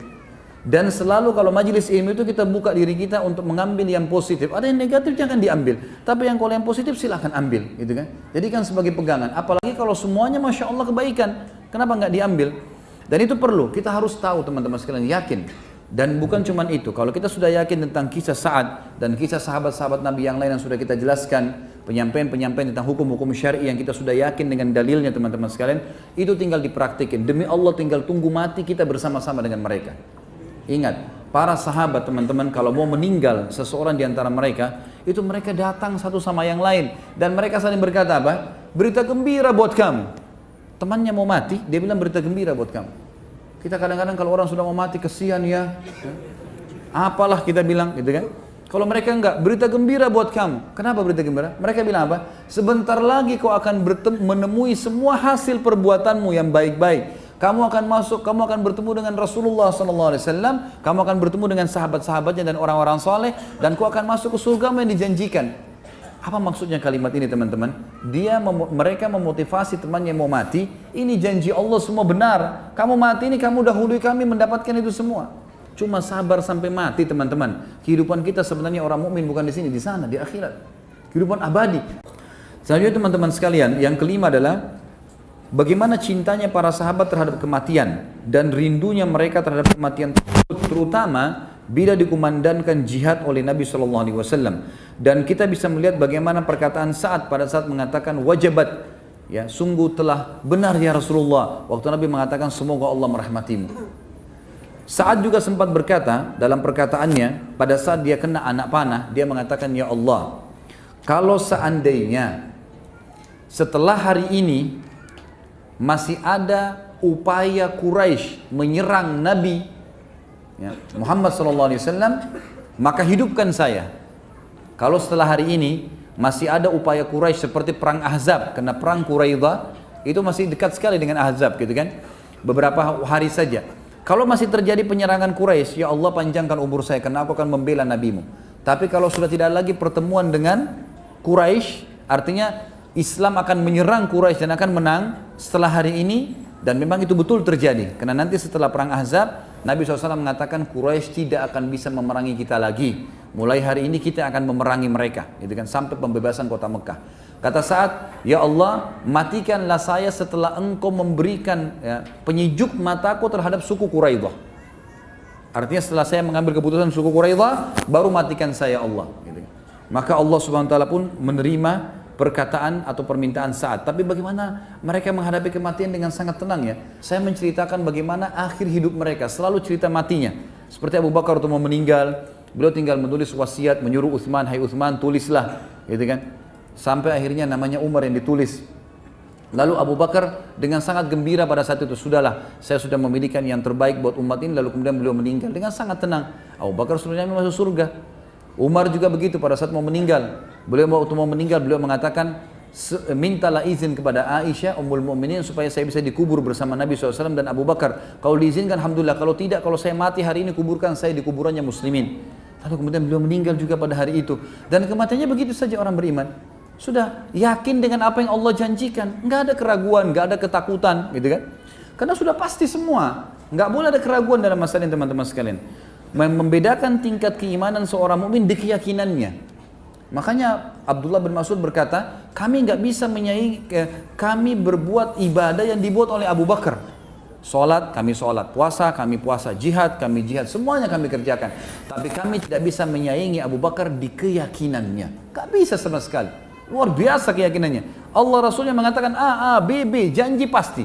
Jadi jalan di muka bumi ini teman-teman, kalau keyakinan kita ada janji Allah yang benar di akhirat sana, apa saja kita akan tempuh, yang penting kebenaran. Sampai kita mati pun iya, kan gitu. Itu yang membuat mereka semangat dalam menghadapi jihad, membela agama. Gak ada urusannya. Kalau ajal saya mati, mau diranjang atau mau di medan perang, tetap akan mati, gitu kan? Maka tinggal isi dengan hal-hal yang apa yang Allah ridhai dan kita akan panen di sana. Ini semua janji pasti. Gak boleh ada keraguan dalam masalah itu. Yang ketujuh, bagaimana keputusan Sa'ad radhiyallahu anhu, karena selalu saja bersesuai dengan apa yang Allah dan Rasulnya ridhai, maka sampai menghasilkan arsy-Nya Allah bergoncang. Yang kedelapan, adanya perawat wanita dalam Islam. Ini sedikit saya sisipkan karena tadi kita sebutkan waktu Sa'ad sempat luka dan keluar darah dirawat oleh seorang wanita bernama Rufaidah, dan dia adalah seorang perawat yang sering kali diajak oleh Nabi SAW dalam peperangan. Karena ada beberapa nama-nama wanita memang yang menjadi perawat, dan ulama juga menjadikan ini sebagai salah satu dalil bolehnya kalau orang perawatan, pengobatan maksud saya, pengobatan oleh lawan jenis, gitu kan? Ini sesuatu yang harus darurat, kecuali kita masih mendapatkan sesama jenis yang ada, alhamdulillah. Tapi kalau tidak, maka hukum syar'inya boleh. Dan itu bisa bisa dibaca tadi di halaman 149. Kemudian yang ke 10, bagaimana para malaikat bisa hadir di kematian orang-orang beriman, dan itu bukan mustahil terjadi kepada selain Sa'ad. Khusus untuk malaikat hadir ya, mungkin bisa. Karena kita tahu misalnya ada firman Allah Subhanahu wa taala yang menyebutkan tentang orang-orang mukmin kalau meninggal, seperti a'udzubillahi minasyaitonir tatanazzalu alaihimul malaikatu alla khaufun alaikum wa lahum yahzanun. Pada saat orang-orang mukmin meninggal, maka akan turun malaikat-malaikat kepada mereka dan berkata, janganlah kalian sedih dan jangan kalian susah, gitu kan? Dalam sebuah hadis disebutkan Nabi SAW bersabda, malaikat akan memperlihatkan seluruh amal-amal solehnya yang diterima, sehingga dia sangat rindu ingin bertemu dengan Allah, Allah pun rindu bertemu dengannya.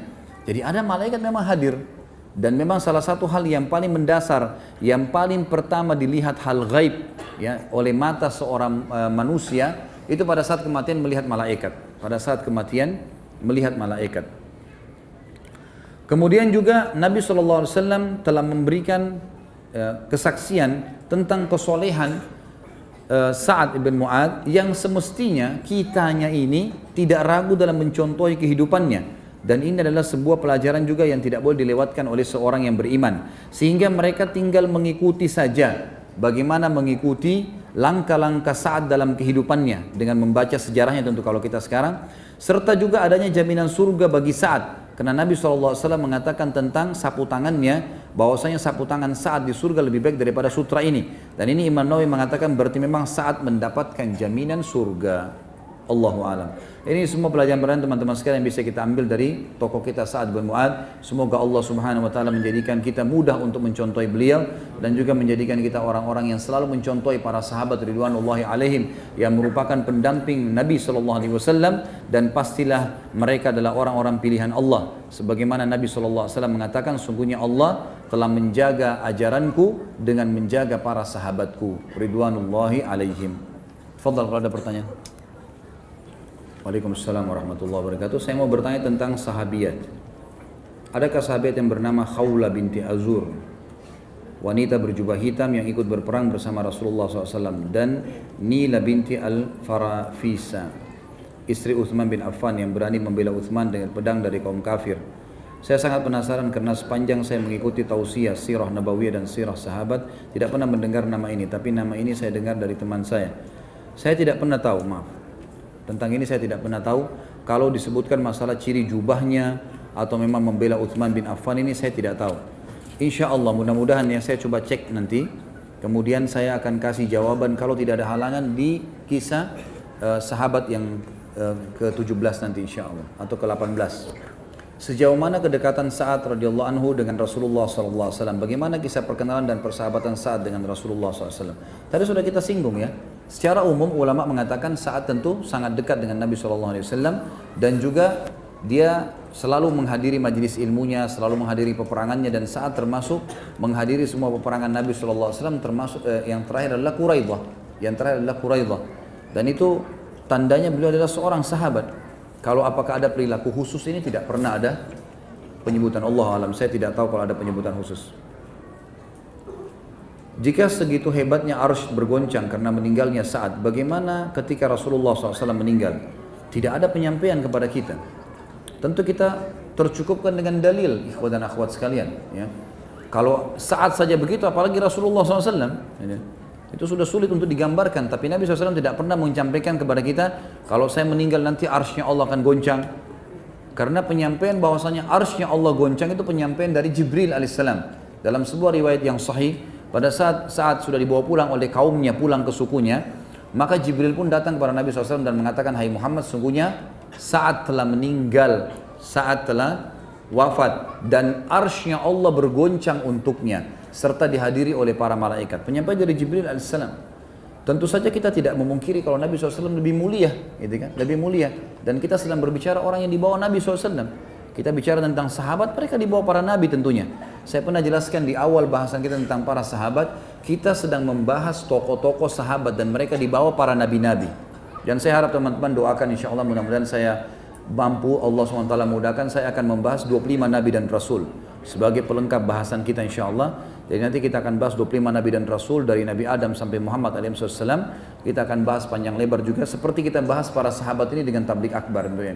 Jadi insya Allah akan melengkapi. Nanti setelah selesai buku tentang sahabat ini 4 jilid, kita akan masuk ke kisah sahabiat nanti. Apakah ada riwayat yang menyebutkan tentang ciri-ciri fisik dari sahabat Sa'ad bin Mu'adz? Iya ada.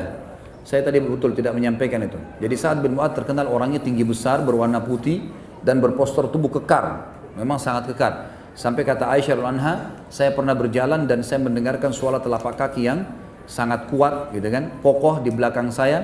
Ternyata saya balik, saya menemukan dia adalah Sa'ad bin Mu'adz pada saat perang Ahzab. Dia lagi jalan dan pada saat itulah Aisyah mengatakan, saya melihat di sisi kanannya ada yang ya terbuka. Maka pada saat itu pun anak panah kena, ya. Saya takut nanti anak panah kena ke tangan beliau radhiyallahu anhu. Dan alhamdulillah ala kulli hal, Allah sudah mudahkan kita membahas sahabat yang mulia ini, dan kita berdoa kepada Allah Subhanahu wa taala semoga semua amal yang pernah kita kerjakan diterima olehnya, dan semoga semua dosa yang pernah kita kerjakan sekecil dan sebesar apapun juga dimaafkan dan diganti menjadi pahala. Semoga semua sisa umur kita ke depan diberkahi di keluarga, di harta, di ilmu, dan puncaknya kita akan masuk ke dalam surga Firdaus tanpa hisab. Dan kita selalu doakan saudara kita di Palestina, di Syria, di Yaman, di Irak, di Myanmar, di Ahsa, dimanapun mereka berada dan tertindas, semoga Allah ikhlaskan mereka, niat mereka, terima para syuhada mereka, muliakan Islam di tangan mereka dan tangan kita semua, dan semoga Allah partisipasikan kita bersama mereka di pahala, baik dengan doa dan harta juga dengan jiwa kita. Dan kita memohon kepada Allah dengan kemahamurahannya agar menjadikan negara kita ini negara yang Islam, negara yang mengikuti hukum-hukum dan syariatnya, diberikan pemimpin yang adil dan kaum muslimin dan mukminin yang kuat imannya, dan juga menjadi contoh bagi negara-negara Islam yang lain. Dan terakhir teman-teman sekalian, semoga Allah menyatukan kita semua di surga Firdausnya tanpa hisab. Semuanya satukan kita di majlis ilmu yang mulia ini. Kalau benar dari Allah, kalau salah dari saya mohon dimaafkan. Subhanakallahumma bihamdika asyhadu an la ilaha illallah wa barakatuh.